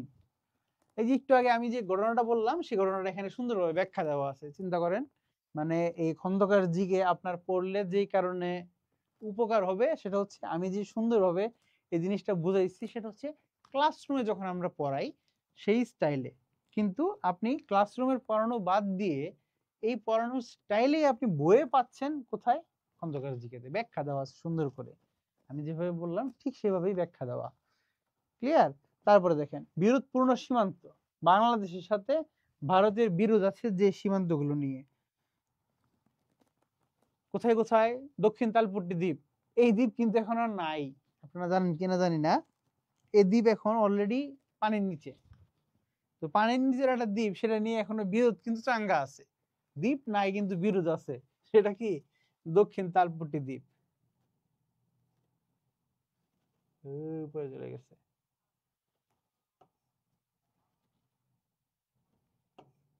দক্ষিণ তালপট্টি দ্বীপ। তারপরে নয়া নয়া দ্বীপ, দক্ষিণ তালপট্টির পশ্চিমে সাতক্ষীরা জেলায় অবস্থিত। যেহেতু সাতক্ষীরা সীমান্তবর্তী জেলা, সাতক্ষীরার বিভিন্ন সীমান্ত নিয়ে আমাদের ভারতের সাথে কি গন্ডগোল। মৌরির চর, এই সীমান্ত নিয়ে সমস্যা বহু বছর, মানে এটা 1971 সালের মুক্তিযুদ্ধের পর থেকেই এই সীমান্তটা নিয়ে সমস্যা, যেটা ফেনী জেলায় অবস্থিত। এবং এই চরটা হচ্ছে ফেনী নদীতে অবস্থিত। আপনারা জানেন আমাদের এই খন্দকার জিকে বইও দেওয়া আছে, বাংলাদেশের একটা মাত্র জেলা যেটা নদীর নামে নামকরণ, সেটা হচ্ছে ফেনী জেলা। ফেনী নদীর নামে ফেনী জেলার নামকরণ। ক্লিয়ার? এই ফেনী জেলায় ফেনী নদীতে হচ্ছে কি চর? মুহুরীর চর। এই চর নিয়ে ভারত বাংলাদেশের মধ্যে বিরোধ। বিলোনিয়া সীমান্ত মুহুরী নদীতে, এই মুহুরী নদীতে বিলোনিয়া সীমান্ত নিয়ে ভারতের সাথে গন্ডগোল। নয়া গ্রাম, একটা দেখেন নয়া দ্বীপ আর একটা নয়া গ্রাম, ঝামেলা লাগায়েন না কিন্তু। এগুলা এই টাইপের যেগুলা কোশ্চেন যেটা কাছাকাছি সাউন্ড করে এরকম শব্দগুলো পরীক্ষায় বেশি আসে। আপনি পড়ে গেলেন নয়া দ্বীপ, পরীক্ষায় চলে আসছেন নয়া গ্রাম, আপনি ভাবছেন নয়া, ও আচ্ছা ঠিক আছে, দক্ষিণ তালপুর সাতক্ষীরায়, আনসার করে দিয়ে আসলেন, কি হবে? আনসার ভুল, কারণ কোশ্চেনে আসছে কি নয়া দ্বীপ, আর আপনি আনসার করে দিয়ে আসছে নয়া গ্রাম, আসছে নয়া দ্বীপ, আনসার করে দিয়ে চলে আসছেন। এরকম ভুল অহরহ হয়। আমরা দীর্ঘদিনের অভিজ্ঞতায় দেখি যে বিভিন্ন ইউনিভার্সিটির টিচাররা এই টাইপের কোশ্চেন করতে খুব পছন্দ করে স্টুডেন্টদের কনফিউজ করার জন্য। কারণ কোনো টিচার আপনাকে ইউনিভার্সিটি চান্স পাওয়ানোর জন্য কোশ্চেন করে না, কোশ্চেন করে আপনাকে যেন তারা ছাঁটাই করতে পারে, আপনাকে বাদ দিতে পারে। কারণ একটা আসনের প্রেক্ষিতে হিউজ অ্যামাউন্টের স্টুডেন্ট, আমার সময় 8 জন ছিল, আপনাদের সময় মনে হয় 28 জন করে পার সিটে পরীক্ষা দেয় এরকম। যাই হোক, এবছর আরো বাড়তে পারে সম্ভাবনা। তারপরে আসি বাঁশবাড়িয়া সীমান্ত, সাতক্ষীরা সীমান্তে, সীমান্তবর্তী এলাকাগুলো দেখেন, এই যে সাতক্ষীরার সাথে সমস্যা, এই সাতক্ষীরা, এই সাতক্ষীরা সীমান্তবর্তী এলাকা মানেই ঝামেলা। সীমান্ত এলাকা মানুষ এজন্য অনেক সময় খুব ঝামেলায় থাকে, মানে ডিস্টার্ব মাইন্ডে থাকে এই কারণে। নির্মলচর, নির্মলচর রাজশাহী সীমান্তে অবস্থিত, বাংলাদেশের মালিকানায় আসে, কিন্তু আপনার কি মনে হয় ভারত এখানে আমাদের দেশে দেয়? দেয় না। হে ঝামেলা, ঝামেলা এলাকা মানে ঝামেলা, আমরা গেলেও ঝামেলা, না গেলে তো আমাদের নাই, এমন অবস্থা। এই নির্মলচর যেহেতু রাজশাহীতে, খেয়াল করে দেখেন চর বা দ্বীপ কোথায় অবস্থিত সেটা আমাদের জানতে হবে। যেহেতু আমাদের সমুদ্র একটাই, তার মানে দ্বীপ ওই বঙ্গোপসাগরেই হবে, এটা স্বাভাবিক। কিন্তু চর কোথায় এটা আমাদের জানতে হবে। নির্মলচর হচ্ছে পদ্মা নদীতে, খেয়াল রাখবেন। রৌমারি বড়াইমারি কুড়িগ্রাম জেলায় 2001 সালে এই রৌমারির একটা সীমান্ত পয়েন্টে কি বলে ভারতের যে বিএসএফ আছে ওরা বাংলাদেশের ভিতরে ঢুকে যায়, এবং ওদের মধ্যে বাংলাদেশের বিএসএফ এর সাথে তখন বাংলাদেশ যে বিডিআর ছিল তখন, এখন তো বিজিবি, বিডিআর এর প্রচন্ড পরিমাণ সংঘর্ষ হয়, এবং বাংলাদেশ থেকেও মারা যায় না, ইন্ডিয়ান বেশ কয়েকজন মারা গেছিল। তো এটা খুব আলোচিত একটা ঘটনা ছিল। তারপরে আসি চর ফরিদ, ফরিদ ভাইয়ের নামে চর করছে, কোন ফরিদ ভাই আল্লাহ জানে। নাফ নদীর মোহনায় বাংলাদেশ মিয়ানমার বিরোধপূর্ণ স্থান। মিয়ানমার একটা দেশ, মানে পাওয়ার কি আছে আল্লাহ জানে, বাংলাদেশের সাথে টক্কর দিতে আসে, এর নাম, এর সাথে আবার বিরোধ। যাই হোক, যেহেতু বিরোধ পড়তে হবে, মনে মনে আমাদের সাথে অনেক সমস্যা আছে। কারো কোনো কমেন্টস দেখি না, ফোন অন করে বসে আছি, আমার ফোনের চার্জ যাচ্ছে, কিন্তু কারো কমেন্টস পাচ্ছি না, বুঝলাম না। আপনারা কি ঘুমায় গেছেন নাকি?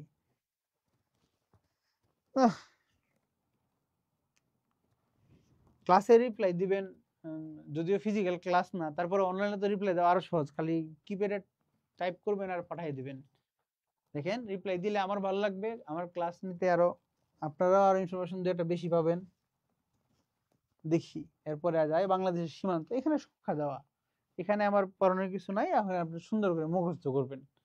যাদের কাছে খন্দকার জিকের বই নাই তারা বই সংগ্রহ করে নেবেন, যদি বই কিনতে না পারেন এই জায়গাটা একটা স্ক্রিনশট নিয়ে নেন, খুব সুন্দর করে খাতায় সুন্দর করে নোট করে নেবেন। দেখেন বাংলাদেশের সর্বমোট সীমান্ত, বর্ডার গার্ড বাংলাদেশ এবং মাধ্যমিক ভূগোল, দুইটা আলাদা আলাদা তথ্য।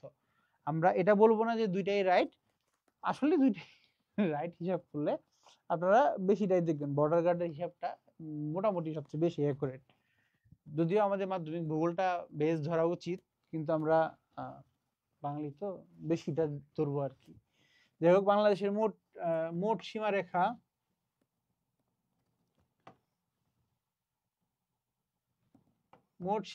মোট স্থলসীমা এবং উপকূলীয় দৈর্ঘ্য, মানে হচ্ছে জলসীমা আর কি, এটা বলবো। এটা আবার মোটামুটি 711টাই বেশিরভাগ সময় পরীক্ষায় আসে।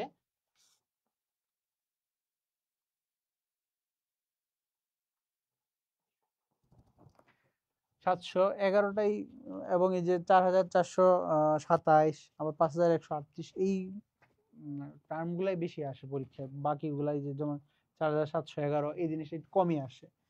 উপকূলীয় অর্থনৈতিক সমুদ্রের সীমা এবং রাজনৈতিক সমুদ্রের সীমা, এই দুইটা খুবই গুরুত্বপূর্ণ টপিক। আমরা একটু আগেই বলেছিলাম যে আগামী পৃথিবী হয়তোবা কি বলে সমুদ্র অর্থনীতি কেন্দ্রিক হবে, তো তাইলে আমাদের সমুদ্র সীমা নিয়ে কি করতে হবে?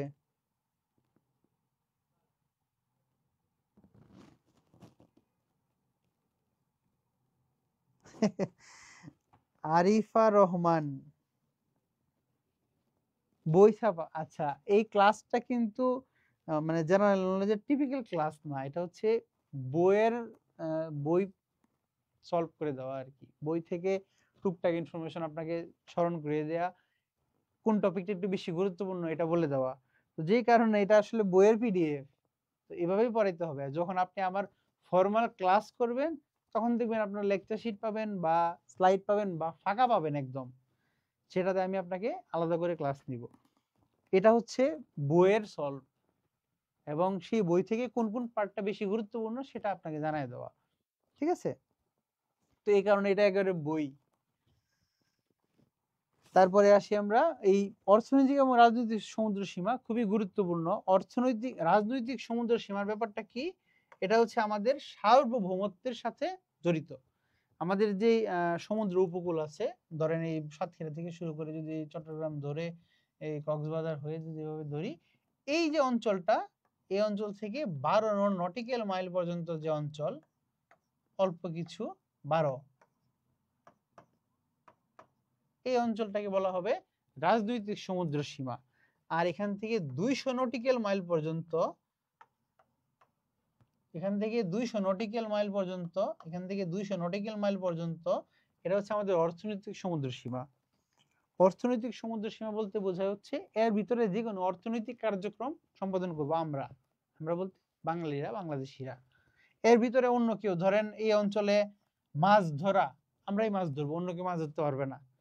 আবার যদি বাংলাদেশের জেলেরা চায় এটা পার হয়ে যাবে আন্তর্জাতিক সমুদ্র সীমা, সবাই মাছ ধরতে পারবে, আমরা ধরতে পারবো, শ্রীলঙ্কানরা ধরতে পারবে, সবাই। কিন্তু এই 200-র ভিতরে মাছ ধরবে কারা? আমরা। এর ভিতরে যদি তেল গ্যাস পাওয়া যায় সেটা উত্তোলন করবে কারা? আমরা। এর ভিতরে যদি কোনো স্বর্ণের খনি পাওয়া যায়, কাদের? আমাদের। অন্য কারো দাবি নাই। ধরেন একটা জাহাজ, মাছ ধরার জাহাজ, ভুল করে এর ভিতরে ঢুকে গেল আমাদের এলাকায়, আমরা কি করব? আমরা তো এটাকে ডুবাই দিব না গুলি করে, নাকি? এটা অর্থনৈতিক সমুদ্র সীমা। এখনো সে আমার প্রতি হুমকি না, এখনো সে আমার ডেঞ্জার জোনে প্রবেশ করে নাই, তাকে আমাদের কোস্টগার্ড বা নেভি সতর্ক করে দিবে, হ্যাঁ সাবধান, আমাদের এলাকায় চলে আসছো, ঠিক আছে? তাকে সতর্ক করা হবে যে তুমি কি করো, এই সমুদ্র সীমার বাইরে চলে যাও। সে আসলো না, শুনলো না, না শুনতে শুনতে এই 12-র ভিতরে চলে আসলো।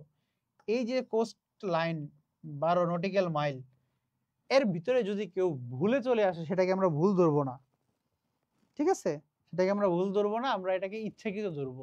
তখন আর তারে বন্ধু বলে ভাববো না, সতর্ক করবো না, অ্যাকশন ডিরেক্ট। বাকিটা আপনারা বুঝে নেন। 1 নটিক্যাল মাইল সমান কতটুকু? এটা এখানে দেওয়া আছে 1.15 মাইল বা 1.853 কিলোমিটার।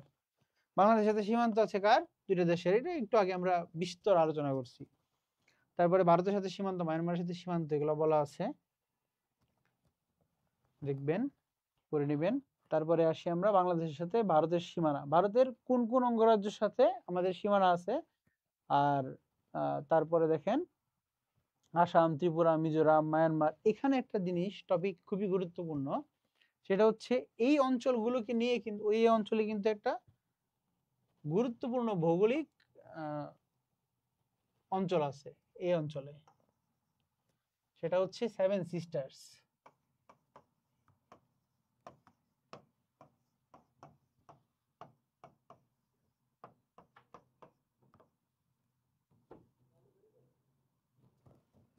সেভেন সিস্টার্স কোথায় অবস্থিত?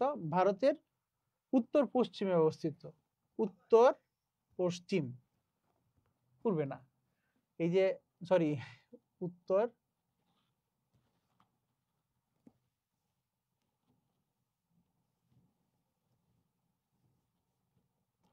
উত্তর পূর্বে, তার মানে আসাম, ত্রিপুরা, মিজোরাম, তারপরে উত্তরে কি আছে, এই যে মেঘালয়, আসাম তো কমন, এই 4টা রাজ্য হচ্ছে 7 সিস্টার্স এর অন্তর্ভুক্ত। তার মানে একটা জিনিস খেয়াল করেন, 7 সিস্টার্স এর আছে হচ্ছে 7টা, আমাদের সীমান্তবর্তী কয়টা? 4টা। তাই আমাদের সীমান্তে নাই কয়টা? 3টা। আমাদের কিন্তু একটু আগে আমরা বলছি যে হা যেমন পড়তে হবে, নাও পড়তে হবে, মনে রাখতে হবে। সেই না 3টা কয়টা? আমরা সেভেন সিস্টার্স এর যে ইন্টারন্যাশনাল পার্ট আছে খন্দকার জিকে, সেখানে আমরা এটা নিয়ে বিস্তারিত আলোচনা করব। তারপরে দেখি গুরুত্বপূর্ণ তথ্য, বাংলাদেশের বিভাগের সাথে সীমান্ত সংযোগ নেই। ও আচ্ছা, বিভাগ আমরা বলছিলাম যে 8টা বিভাগ, এর মধ্যে 6টা হচ্ছে সীমান্তবর্তী, 2টা না। কোন 2টা না? ঢাকা, ঢাকা এবং ঢাকা আর বরিশাল। বাংলাদেশের কোন বিভাগে সবগুলো জেলার সীমান্ত জেলা রয়েছে? সিলেট এবং ময়মনসিংহ। সিলেট এবং ময়মনসিংহ চারটা করে 8টা জেলা আছে এই দুই বিভাগে। এই 8টা জেলার সাথে কি আছে? সীমান্ত আছে। তারপরে দেখেন কোন জেলার সাথে ভারত এবং মায়ানমারের সীমান্ত রয়েছে? রাঙ্গামাটি। এটা একটু আগে বিস্তারিত ব্যাখ্যা দেওয়া আছে, রাঙ্গামাটির বিলাইছড়ি জায়গার নাম। আচ্ছা, পার্বত্য চট্টগ্রামের মায়ানমারের সীমারেখা নাই? খাগড়াছড়ি। ভারতের সীমানা নাই? বান্দরবন। সিলেটের উত্তরে ভারতের কোন রাজ্য? এটা হচ্ছে কোন কোথায় কি অবস্থিত এটা নিয়ে বলা। দেখ সামনের দিকে আগায় আমরা। এই দেখেন বাংলাদেশ ভারতের মধ্যে সীমান্ত চিহ্নিতকারী লক্ষ্যে গঠিত কমিটির নাম JBWG। বাংলাদেশ আর ভারতের মধ্যে যখন সীমান্ত নিয়ে সংঘাত লাগে তখন এই কি বলা হয়, এই কমিটিটা করা হয়। এই কমিটিটা এখনো মানে নামে আছে, কাজে নাই আর কি, কারণ আমাদের ছিটমহল নিয়ে যে প্রবলেমটা ছিল সেই প্রবলেমটা কিন্তু অলরেডি সলভড। ঠিক আছে, তারপরে দেখেন বিবিধ চট্টগ্রামের পার্বত্য চট্টগ্রাম জেলা কয়টা? উপকূলীয় জেলা কয়টা? এটা হচ্ছে মানে জেলার কিছু স্পেশাল, মানে পার্বত্য তিনটে জেলাকে একত্রে পার্বত্য চট্টগ্রাম বলে। এখন যদি ধরেন পার্বত্য চট্টগ্রাম বললাম, কিন্তু পার্বত্য চট্টগ্রামের জেলা কয়টা এটা আমাদের জানতে হবে? 3টা। উপকূলীয় জেলা 19টা। আবার আরেকটা জিনিস আছে, বাংলাদেশ যখন স্বাধীন হয় তখন জেলা ছিল কয়টা? 19টা। খেয়াল রাখবেন, দুইটা একই সংখ্যা, মানে একই বলতে স্বাধীনতার সময় যে 19টা ছিল ওই 19টাই উপকূলীয় জেলা, ব্যাপারটা এমন না। স্বাধীনতার সময় ছিল 19টা আর উপকূলীয় জেলা 19টা। উপকূলীয় জেলা 19টা হওয়ার পিছনে মূল কারণ এই উপকূলীয় 19টা জেলায় ঘূর্ণিঝড়ের প্রভাব পড়ে বেশি, যে কারণে এরা উপকূলীয় জেলা হিসেবে আলাদা ঘূর্ণিঝড় মোকাবেলায় বাজেট পায়। খেয়াল রাখবেন। তারপরে আসি আমরা ছিটমহল। ছিটমহল হচ্ছে এক দেশের ভিতরে আরেক দেশের জায়গা। এটা একটা বিশাল টপিক, কিন্তু এই যে দেখেন দেওয়া আছে ছিটমহল বিনিময় চুক্তি কার্যকর হয় 31 জুলাই মধ্যরাত 1 আগস্ট 2015। ওই সময় যে ছিটমহল গুলা ছিল, এই যে ছিটমহল, বাংলাদেশের ছিটমহল কয়টা আর ভারতের কয়টা? বাংলাদেশের ছিল 51টা, ভারতের 111টা। এগুলো বিনিময় হয়ে গেছে। আমাদের বর্ডারের ভিতরে যা ছিল আমরা রেখে দিয়েছি, ওদের বর্ডারের ভিতরে যা ছিল ওদেরকে দিয়ে দিচ্ছি। তার মানে এই জিনিস নিয়ে এখন আমাদের ঝামেলা নাই। এই টপিকটা তুলনামূলক আমার কাছে মনে হয় একটু কম গুরুত্বপূর্ণ, কারণ এটা অলরেডি 2016 সালে ঠান্ডা হয়ে গেছে। যদিও ছিটমহলগুলো এখনো মাঝে মাঝে ঝামেলা হয়, যখন ঝামেলা হবে যেটা নিয়ে সেটা নিয়ে আপনারা তখন পড়ে নেবেন। তারপরে দেখেন দহগ্রাম মঙ্গলপুত্র ছিটমহল। এই ছিটমহলটা হচ্ছে সবচেয়ে বড়, দেখেন 35 বর্গ কিলোমিটারের একটা ছিটমহল। এই কারণে এটা আলোচিত, যেহেতু বাংলাদেশের ছিটমহলগুলোর মধ্যে সবচেয়ে বড় এটা, খেয়াল রাখবেন। তারপরে দেখেন এটা কোন উপজেলা এটা দেওয়া আছে। তারপরে 3 বিঘা করিডোর। এটা খুবই মজার একটা জিনিস, সুন্দর টপিক। এই যে দহগ্রাম মঙ্গলপুত্র ছিটমহল, এটা তো আয়তন অনেক বড়। তো আমরা চিন্তা করলাম কি করি, ভারতের সাথে চুক্তি করে ধরেন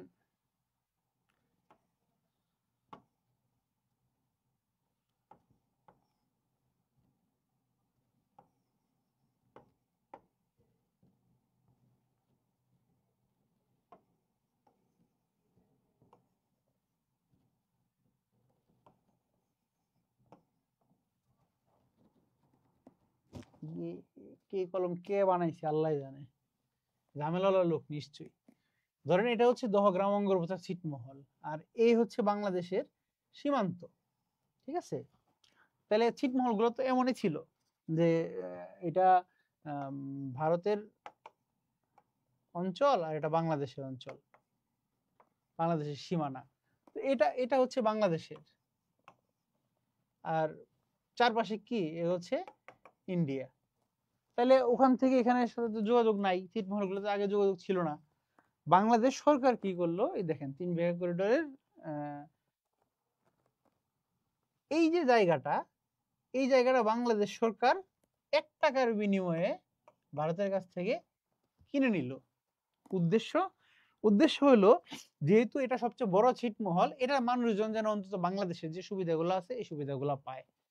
তো এই ছিটমহল বিনিময় চুক্তি দেখেন দেওয়া আছে 2011 সালের সেপ্টেম্বরে যাতায়াতের জন্য এটি বাংলাদেশকে ইজারা দেয়। এটার আয়তন দেওয়া আছে সুন্দর করে 178 × 85 মিটার। এটা যদিও বাংলাদেশের সাথে মানে বাংলাদেশের সম্পত্তি, সেই হিসেবে 24 ঘন্টা বাঙালিদের জন্য খোলা থাকার কথা, কিন্তু এটা বাংলাদেশকে 12 ঘন্টার জন্য খুলে দিত এক সময়। এই যে 26 জুন 92, 24 ঘন্টার জন্য খুলে দেওয়া হয় 8 সেপ্টেম্বর 2011। এর আগে কি ছিল? 12 ঘন্টা খোলা থাকতো, 12 ঘন্টা বন্ধ থাকতো। ভারত আমাদের পার্শ্ববর্তী দেশ, শক্তিশালী, শরীরে জোর বেশি, তো যা করে যা খুশি তাই করতো। আগে 12 ঘন্টা ছিল, পরবর্তী যখন মনে করলো ঠিক আছে কি হবে, তখন এটা করে দিল, যা তোরা 24 ঘন্টার জন্য মুক্ত, এই টাইপের আর কি। আমাদের ওই আমাদেরই জায়গা, কিন্তু এটার বিনিময়ে কিন্তু আমরা বেরোবারি, এই যে দেখেন সীমান্ত অনুযায়ী বেরোবারি ছিটমহল, একটা ছিটমহল ভারতকে আমরা দিয়ে দিছি। ভারতকে আমরা একবারে দিয়ে দিলাম, আর ভারতের কাছ থেকে আমরা 1 টাকার বিনিময়ে কিনে নিলাম একটা রাস্তা, করিডোর। ধরেন আমার বাড়ির সামনে আর একটা জমি পড়ছে, আমি এখানে বাড়ি করব, আমার বাড়িতে আসার রাস্তা নাই, তখন আমি কি করব? সামনের যে জায়গা যার, তার কাছ থেকে ধরেন 6 ফিট একটা রাস্তা কিনে নিলাম। এই ব্যাপারটাও এরকম সেম ঘটনা।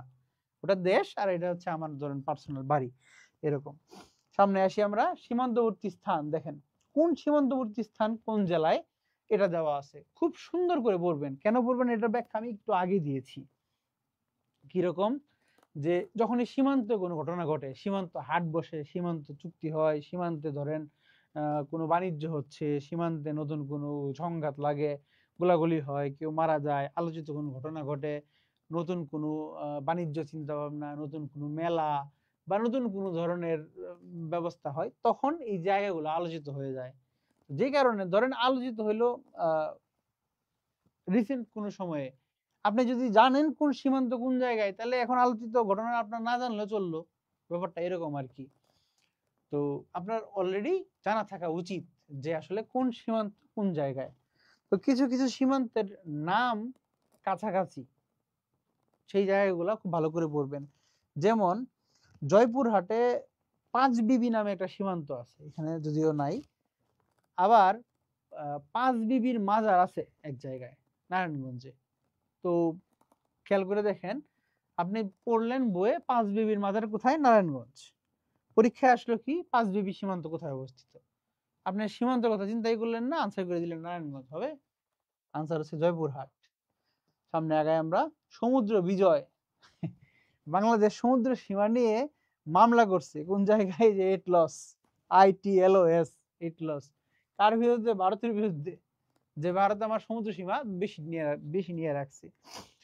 তো এই মামলায় জয়লাভ করে কে?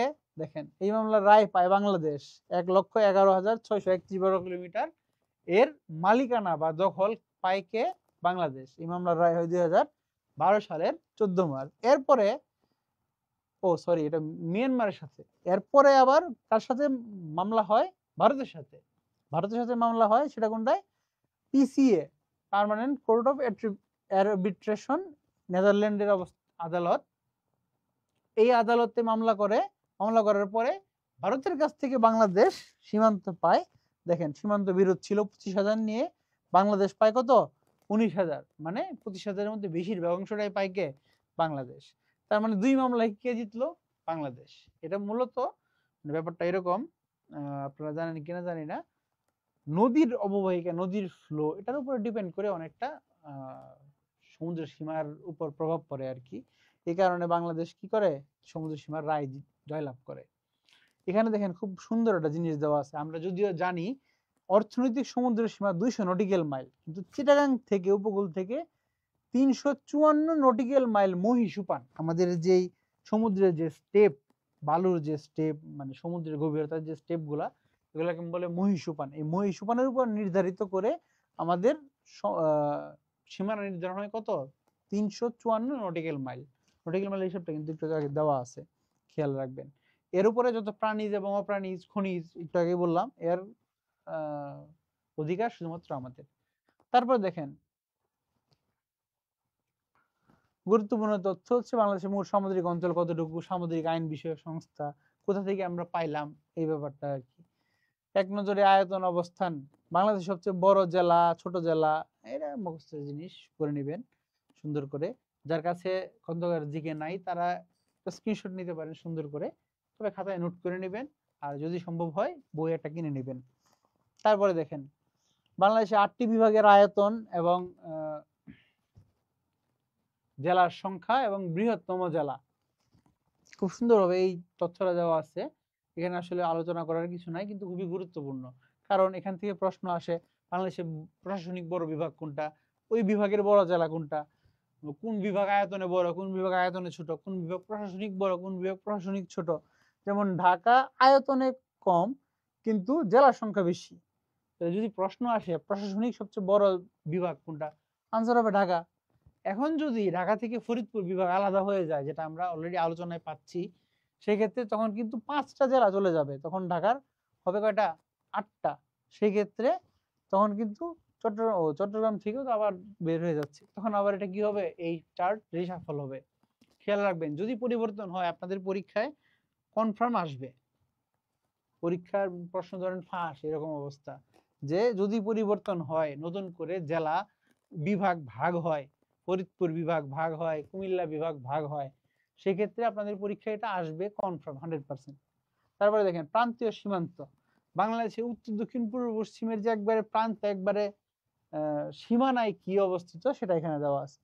একবারে উত্তরে হচ্ছে পঞ্চগড় থানা তেতুলিয়া, স্থান হচ্ছে বাংলা বান্দা বা জাগিরজোত, হচ্ছে স্থান একবার পয়েন্ট, থানা এবং জেলা। এই জিনিসটা আপনাদের আপনারা যারা ম্যাপ ধরে পড়াশোনা করেন, খন্দকারের জিকেতে ম্যাপ দেওয়া আছে সুন্দর করে, ম্যাপ ধরে ধরে যখন আপনারা পড়বেন তখন এই জিনিসগুলো আপনাদের সবচেয়ে বেশি মনে থাকবে। ঠিক আছে, বাংলা বান্দা থাকলে বাংলা বান্দা দিবেন, নাহলে জায়গের জোত, ছেড়াদ্বীপ থাকলে ছেড়াদ্বীপ, না হলে সেন্ট মার্টিন, ব্যাপারটা এমন, এর জন্য অবলিক দিয়ে দেওয়া। জনসংখ্যায় ছোট বড় বিভাগ, তারপরে আয়তনে ছোট বড় বিভাগ, এটা দেওয়া আছে, সুন্দর করে পড়বেন। বাংলাদেশের ভূমিরূপ এবং ভৌগোলিক পরিক্রমা, ভূমিরূপ বলতে হচ্ছে বাংলাদেশের ভূমিটা কেমন সেটার উপর ডিপেন্ড করে। ভূপ্রাকৃতিক অনেক বৈচিত্র্য, কোথাও উঁচু কোথাও নিচু সমতল, আমরা একটু আগে আলোচনা করছি বাংলাদেশের পাহাড় আছে, সোপান ভূমি আছে এবং সমতল ভূমি আছে, যেটা নাই সেটা হচ্ছে মালভূমি নাই, এমন আর কি। বিবিধ, বিবিধে বিবিধ মানে হচ্ছে সব আছে পৃথিবীর এখানে। এখানে দেখেন বাটারফ্লাই পার্ক, বাংলাদেশের পতেঙ্গা নেভাল অবস্থিত। এই প্রথম eco park Sitakunda eco park, দ্বিতীয় ইকো পার্ক মৌলভীবাজারে, প্রথম সাফারি পার্ক, এগুলো নিয়ে দেওয়া পড়বেন। মাটি নিয়ে এখানে একটা বিস্তারিত তথ্য দেওয়া আছে, পড়বেন। চর বহুল এলাকা, হ্রদ, ইকো পার্ক এগুলো নেওয়া আছে।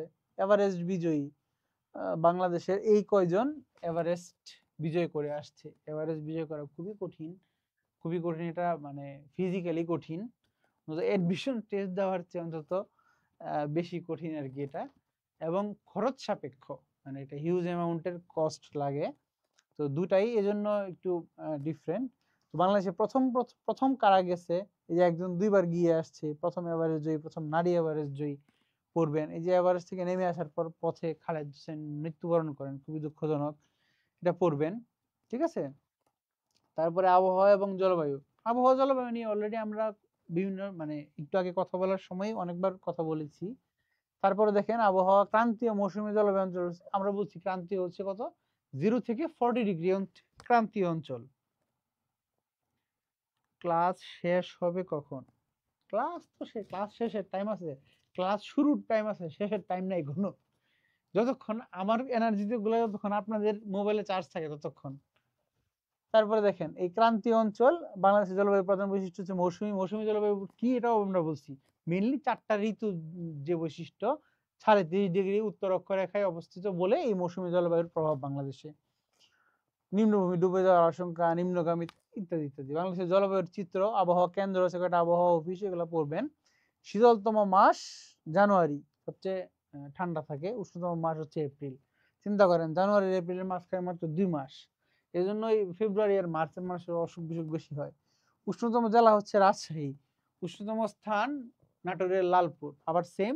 শীতলতম জেলা সিলেট, শীতলতম স্থান কি লালাখান, শ্রীমঙ্গল, মৌলভীবাজার। আবার সর্বোচ্চ সর্বনিম্ন বৃষ্টিপাতের কথা বলা আছে, গড় বৃষ্টিপাতের কথা বলা আছে। তারপরে দেখেন কালবৈশাখী ঝড় হয় কবে, সিলেট জেলায় অধিক বৃষ্টিপাত হয় উত্তর, এই যে দেখেন খুব মজার একটা টপিক দেওয়া এখানে।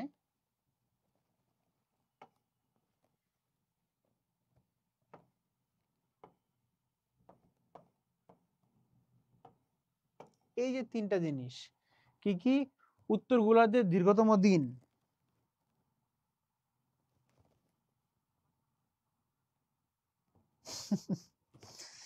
টি এ তাওহিদ আফ্রিদি, একজন 3 বই কিনছে, 3টা কেমনে শেষ করবেন আপনি, আশ্চর্য হয়েছেন। আমি আমার সময় আমি যখন কোচিং করি তখন আমি 7টা বই কমপ্লিট করছিলাম, তো উনি 3টা বই কমপ্লিট করতেই পারে। অনেকের দেখা গেছে পড়ার স্পিড বেশি, ক্যাপচারেবিলিটি বেশি, সে বেশি পড়তে পারে, যার ক্যাপচারেবিলিটি তুলনামূলক কম তার কম ক্যাপচার করতে হবে, এরকম ব্যাপারটা। দেখেন উত্তর গোলার্ধের দীর্ঘতম দিন 21 জুন। আমরা উত্তর গোলার্ধে অবস্থিত, আমরা একটু আগে বললাম উত্তর অক্ষরেখায় আমরা অবস্থিত, তার মানে আমরা উত্তর গোলার্ধে। তো আমাদের গরমের দিন কখন? জুন মাস। এই দেখেন 21 জুন 22 ডিসেম্বর, এটা হচ্ছে দীর্ঘতম দিন দীর্ঘতম রাত উত্তর গোলার্ধের। আর ঠিক উল্টা পাশের হবে আমাদের দক্ষিণ গোলার্ধে, হবে ঠিক উল্টো। আমাদের যেদিন দীর্ঘতম দিন, দক্ষিণে কি ক্ষুদ্রতম রাত, ওই দিন আমাদের হচ্ছে ক্ষুদ্রতম রাত, আমাদের দিন দীর্ঘতম দিন। আর সেম ঘটনাটা ঘটবে, উল্টা ঘটবে হচ্ছে দক্ষিণে, দক্ষিণে দীর্ঘতম রাত আর ক্ষুদ্রতম দিন হবে। উত্তর গোলার্ধের দীর্ঘতম রাত কবে হবে? 22 ডিসেম্বর। আমাদের শীতকালে রাত বড় হয়, আর সেই দিন কি হবে? দিন ছোট। আর দক্ষিণ গোলার্ধে সেদিন কি হবে? দক্ষিণ গোলার্ধে হবে উল্টা, দীর্ঘতম দিন আর ক্ষুদ্রতম রাত। খেয়াল রাখবেন, এটা মুখস্থ করে অনেকেই ভুল করে। আমি এই পর্যন্ত যাদের মুখস্থ করে দেখছি সবাই মানে ভুল করে আনসার করে দিয়ে আসছে। এটা মনে রাখার খুব সহজ উপায় হচ্ছে আপনি খেয়াল রাখবেন আমরা কোথায়, আমরা উত্তর গোলার্ধে। আপনার এই দুইটা ডেট মনে রাখতে হবে, 21 জুন 22 ডিসেম্বর, এটা মনে রাখলে আপনি ক্লিয়ার মনে রাখতে পারবেন। 21 জুন, জুন মাস আমাদের এখানে গরম, গরমের দিন দিন বড়, তার মানে উত্তর গোলার্ধের বড় দিন কবে? 21 জুন।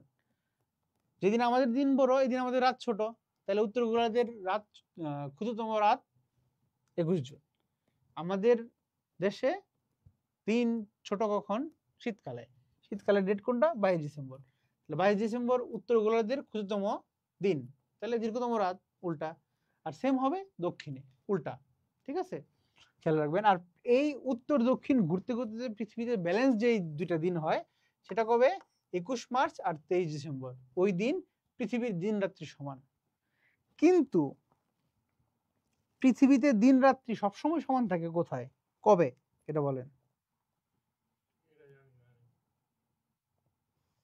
ক্লাসে আনসার দেন দেখি, কমেন্টসে কে কে পারেন।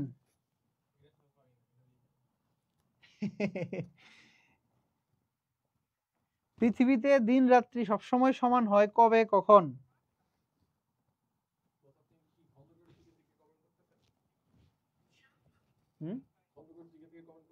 আমি কমেন্টস, হ্যাঁ হ্যাঁ, না খন্দকার দিকে না মনে হয়, legend care university mission coaching. কই কমেন্টস?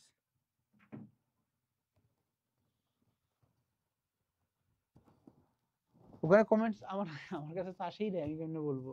যাই হোক, এরপরে দেখেন, দেখি কোশ্চেনটার আনসার কেউ দিচ্ছে কিনা, দিলে আমি এটার আনসার দিচ্ছি। তারপরে এরপর দেখেন, ল্যান্ডসেট ও নোয়া, এটা হচ্ছে কৃত্রিম উপগ্রহ যারা ভূমি জরিপের কাজে নিয়োজিত। স্পারসুর প্রকল্প, স্পারসু কি জিনিস?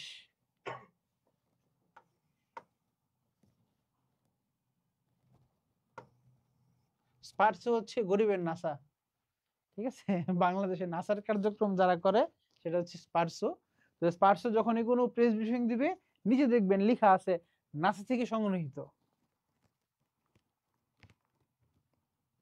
23 September, 21 March, 23 September, MD Sakib Hasan.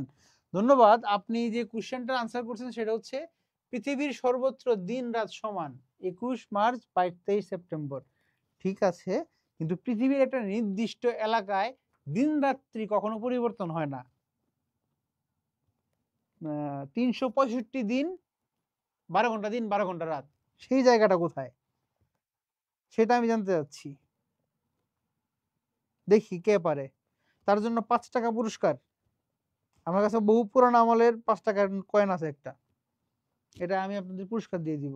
দেখি আনসার করেন। এর এর হ্যাঁ, দিব, সমস্যা নাই, কোনো সমস্যা নাই। আচ্ছা, সামনের দিকে আগে আমরা আহ্নিক গতি, আহ্নিক গতি, বার্ষিক গতি, এটা হচ্ছে মানে ভূগোলের ব্যাপার। পৃথিবীর নিজের অক্ষরেখায় ঘুরে আসতে যে সময়টা লাগে সেটা হলো আহ্নিক গতি। আমরা জানি ২৪ ঘন্টায় একদিন, মানে দিন রাত আর কি। আসলে কিন্তু ২৪ ঘন্টা না, দেখেন ২৩ ঘন্টা ৫৬ মিনিট ৪ সেকেন্ড। তার মানে এখানে প্রায় ৪ মিনিটের একটা গ্যাপ আছে আর কি। যে গ্যাপটা কাভার দেওয়ার জন্য ৪ বছর পর পর কি হয়, লিপ ইয়ার হয়। ফেব্রুয়ারি মাস ২৯ দিনে হয়। যাদের ওই ফেব্রুয়ারি মাস ২৯ দিনে জন্মদিন, এরা খুবই ভাগ্যবান। কারণ প্রতি বছর বছর বন্ধুদের খাওয়াইতে হয় না। তারপরে আসি আমরা কি, জাহিদের জন্মদিন ওই সময় নাকি। এই যে স্পার্সে চলে আসছে, বাংলার নাসা, গরিবের নাসা। দেখেন এটা সম্পর্কে একটা কোশ্চেন আপনারা সবচেয়ে বেশি পরীক্ষায় পাবেন, সেটা হচ্ছে স্পার্সো কোন মন্ত্রণালয়ের অধীনে দেওয়া আছে নাকি। এই যে স্পার্সো প্রতিরক্ষা মন্ত্রণালয়ের অধীনে। স্পার্সো নিয়ে ২টা কোশ্চেন পরীক্ষায় আসছে, আজ পর্যন্ত ২টা কোশ্চেনই আসছে, আর কিছু আসে নাই। স্পার্সোর পূর্ণরূপ কি আর স্পার্সো কোন মন্ত্রণালয়ের অধীনে। যেহেতু এটার মূল কাজ আবহাওয়া, ঘূর্ণিঝড়, দুর্যোগ এগুলো দেখা, মানুষের ধারণাই হতে পারে যে এটা কার, দুর্যোগ মন্ত্রণালয়ের অধীনে। কিন্তু না, আবহাওয়া এবং দুর্যোগ এই জিনিসটা কিন্তু দেশের নিরাপত্তা নিয়ে, নিরাপত্তার সাথে জড়িত। কারণ মানুষ মারা যাবে ঘূর্ণিঝড় হইলে, যেমন ৯১ ঘূর্ণিঝড়ে বাংলাদেশে হিউজ অ্যামাউন্টের মানুষ মারা যায়। অফিসিয়াল হিসেবে প্রায় ১০ লাখের মতো লোক মারা যায়। পৃথিবীর ৩য় বৃহত্তম দুর্যোগ সেটা, মানে এর চেয়ে বেশি মানুষ মারা যায় নাই এই। তো এইরকম যে কারণে এই স্পার্সোটা কিসের আন্ডারে, প্রতিরক্ষা মন্ত্রণালয়ের আন্ডারে। নিশ্চল, হ্যাঁ নিশ্চল মুরুক্ষ, এটা কি নাম ভাই, আপনার এই নাম কে রাখছে? নরওয়ে না, নরওয়ে ব্যাপারটা কি, নরওয়ে হচ্ছে পৃথিবীর একবারে কেন্দ্রে অবস্থিত। যে কারণে সূর্য যখন পড়ে নরওয়েতে এমন হয় যে টানা ৬ মাস হচ্ছে দিন, রাত হয় না, মানুষ ওই ঘড়ির টাইম অনুযায়ী ঘুমায়। কিন্তু যেটা হয় সেটা হচ্ছে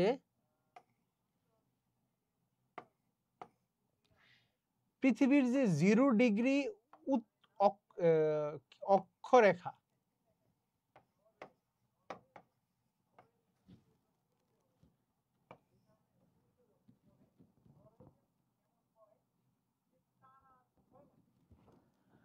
জিরো ডিগ্রি, এটা যে কি হইল, 0 ডিগ্রি অক্ষরেখা বরাবর পৃথিবীতে যতগুলো দেশ আছে, 0 ডিগ্রির উপরে 5 ডিগ্রি, নিচে 5 ডিগ্রি, 5 ডিগ্রি উত্তর, 5 ডিগ্রি দক্ষিণ, এই যে অঞ্চলটা, এই অঞ্চলে পৃথিবী স্থির। পৃথিবীতে একটু তেরা বেঁকা, পৃথিবীতে একবারে ফুটবলের মতো গোল না, হয়তো বা ডিমের মতো গোল, তেরা বেঁকা টাইপ বা কমলা লেবু টাইপের। আমি ছোটবেলায় পড়ছি, আসলে কেমন তা তো দেখি নাই, ধারণা করে নেই আর কি এরকম। যে কারণে পৃথিবী যখন ঘুরে তখন একটু তেরা বেঁকা হয়ে ঘুরে, কিন্তু একটা নির্দিষ্ট বিন্দুতে পৃথিবী সবসময় স্থির, সেটা হচ্ছে 0 ডিগ্রি অক্ষরেখা। এই 0 ডিগ্রি অক্ষরেখা পর পৃথিবী যেহেতু সবসময় সমানভাবে ঘুরে, এই অক্ষরেখার কোনো পরিবর্তন হয় না, সূর্যের তাপ সবসময় সমান, এবং পৃথিবী যেহেতু সমান, ওখানে কি হয় না, দিন রাত্রি কোনো পার্থক্য হয় না, 12 ঘন্টা দিন 12 ঘন্টা রাত। ঠিক আছে, অ্যান্সার হচ্ছে 0 ডিগ্রি অক্ষরেখা বরাবর যে দেশগুলো আছে সেগুলো, ইকুয়েটর থেকে শুরু, আফ্রিকার অনেকগুলো দেশ আছে, এশিয়া মহাদেশের বেশ কয়েকটা দেশ আছে এরকম। ঠিক আছে, তারপরে আসি আমরা ৫ টাকা পুরস্কার কারো দিতে পারলাম না বলে দুঃখিত। এরপরে আসি বিবিধ। বাংলাদেশে কোন ঋতুকে স্বতন্ত্র ঋতু বলা হয়? বর্ষা। এই নামে ঋতু আসলে পৃথিবীতে খুব কম দেশে আছে, এই জন্য এটাকে স্বতন্ত্র ঋতু বলে। বার্ষিক গড় তাপমাত্রা, বৃষ্টিপাত কি হয়, এগুলো দেওয়া আছে, পড়বেন। তারপরে আসেন রেনি সিজন, পৃথিবীতে অনেক দেশেই হয় না, মানে বেশিরভাগ কম দেশে। কারণ রেনি সিজনের শর্ত হচ্ছে 23.5 ডিগ্রি যে অক্ষরেখা, কর্কট ক্রান্তি রেখা, এই রেখা বরাবর দেশগুলো হচ্ছে মৌসুমী জলবায়ু রেখা। এই রেখা বরাবর আমাদের যে অঞ্চল, এশিয়া অঞ্চল, এখানে শুধু ঋতু পরিবর্তন হয়। ওইদিকে আছে হচ্ছে সাহারা মরুভূমি, ওখানে কি পরিবর্তন হবে, মরুভূমি, ওখানে তো বৃষ্টি হয় না। আর ওই পাশে হচ্ছে আমেরিকা, ওটা তো ওইরকম মানে সামথিং মেক্সিকোর যে অঞ্চলটা আর কি, ওখানে রেডি সিজন নামে সিজন নাই আর কি। হুম? বৃষ্টি হয়, সিজনটা আমাদের মতো না আর কি, যে কারণে এটাকে স্বতন্ত্র ঋতু বলে। আর আমরা তো আমাদের জিনিস পছন্দ করি না একটু, এই জন্য আমরা বানাই নিচ্ছি এরকম। ভূ-উপগ্রহ কেন্দ্র, আমাদের ওই যে বঙ্গবন্ধু স্যাটেলাইটের যে কাজ, এটা মোটামুটি সেম কাজ। সেটা হচ্ছে টেলিযোগাযোগ, টেলিযোগাযোগের মাধ্যম। আর যখন আমাদের কৃত্রিম উপগ্রহ বঙ্গবন্ধু স্যাটেলাইট ছিল না, তখন আমরা এই 4টা ভূ উপগ্রহ কেন্দ্র দিয়ে আমাদের যে টেলিযোগাযোগ সেটা মানে সম্পাদন করতাম। এই 3-4টা এখনো অ্যাক্টিভ আছে, সাথে আমাদের বঙ্গবন্ধু স্যাটেলাইটও আছে। ঠিক আছে, এখন আসি আমরা এই চ্যাপ্টার, আপাতত বাংলাদেশ পরিচিতির যে চ্যাপ্টার মোটামুটি এখানে কমপ্লিট। এরপর হচ্ছে বিগত বছরের কোশ্চেন দেখেন। আয়তনে বাংলাদেশের সবচেয়ে বড় জেলা,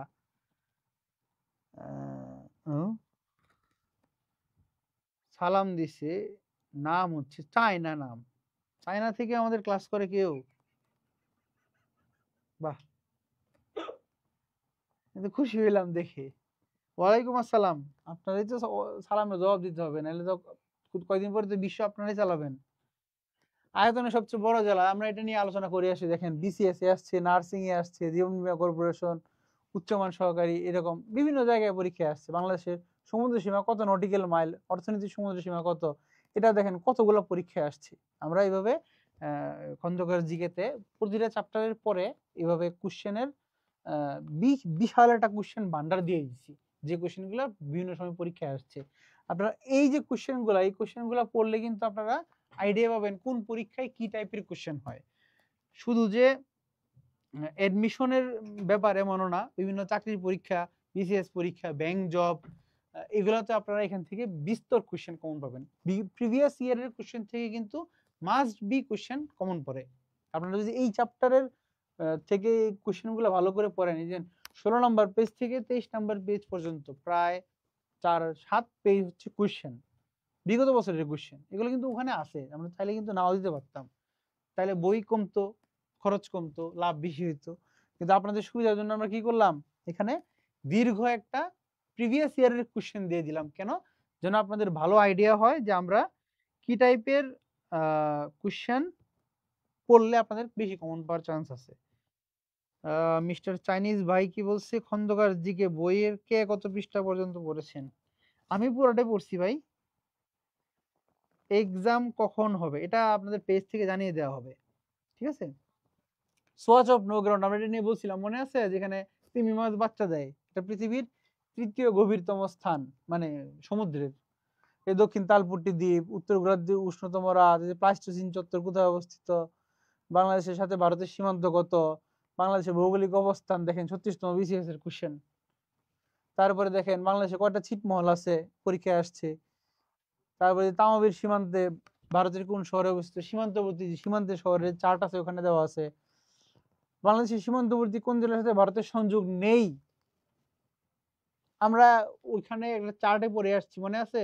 যে এই এই এই এই জেলাগুলোর সাথে ভারতের সীমান্ত আছে, তার মানে আমার আছে জানা আছে, তার মানে আমি নেই আনসার করতে পারবো খুব ভালোভাবে। তার মানে এটাও আমাদের কি কমন কোশ্চেন। সবচেয়ে উত্তরের জেলা, খুব ভালো করে পড়ছেন আপনারা, আপনাদের একদম মার্ক করে দেখাই দিছি যে পঞ্চগড় উত্তর। এই যে দহগ্রাম ছিটমহল আমরা করিডোরে এঁকে দেখাই দিলাম, যে এখানে এটা নিয়ে এটা চ্যাপ্টারই আছে সুন্দর। নিম্নলিখিত কোনটির উপর বাংলাদেশ অবস্থিত? আমরা বিস্তর আলোচনা করছি যে ট্রপিক অফ ক্যান্সার বাংলাদেশের উপর দিয়ে গেছে, যে কারণে মৌসুমী জলবায়ু ইত্যাদি ইত্যাদি।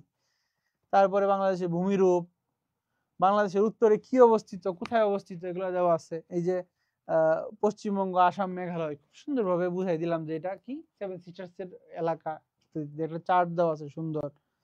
তারপরে দেখেন পিএসসি এবং অন্যান্য চাকরি, আগে গেছে শুধুমাত্র বিসিএস এর যে ব্যাপারগুলা। তারপরে পিএসসি অন্যান্য চাকরিতে আছে সীমান্ত, গুম গুম সীমান্ত, সীমান্তবর্তী স্থানগুলোতে দেওয়া আছে। তারপরে দেখেন বাংলাদেশের সর্বোচ্চ বৃষ্টিপাত প্রবণ এলাকা দেওয়া আছে, জলবায়ুর উপাদান 9 কোনটি দেওয়া আছে, নটিক্যাল মাইল, 1 নটিক্যাল মাইল সমান কত ফুট, ওটাকে আপনারা কনভার্ট করে নিতে হবে ফুটে।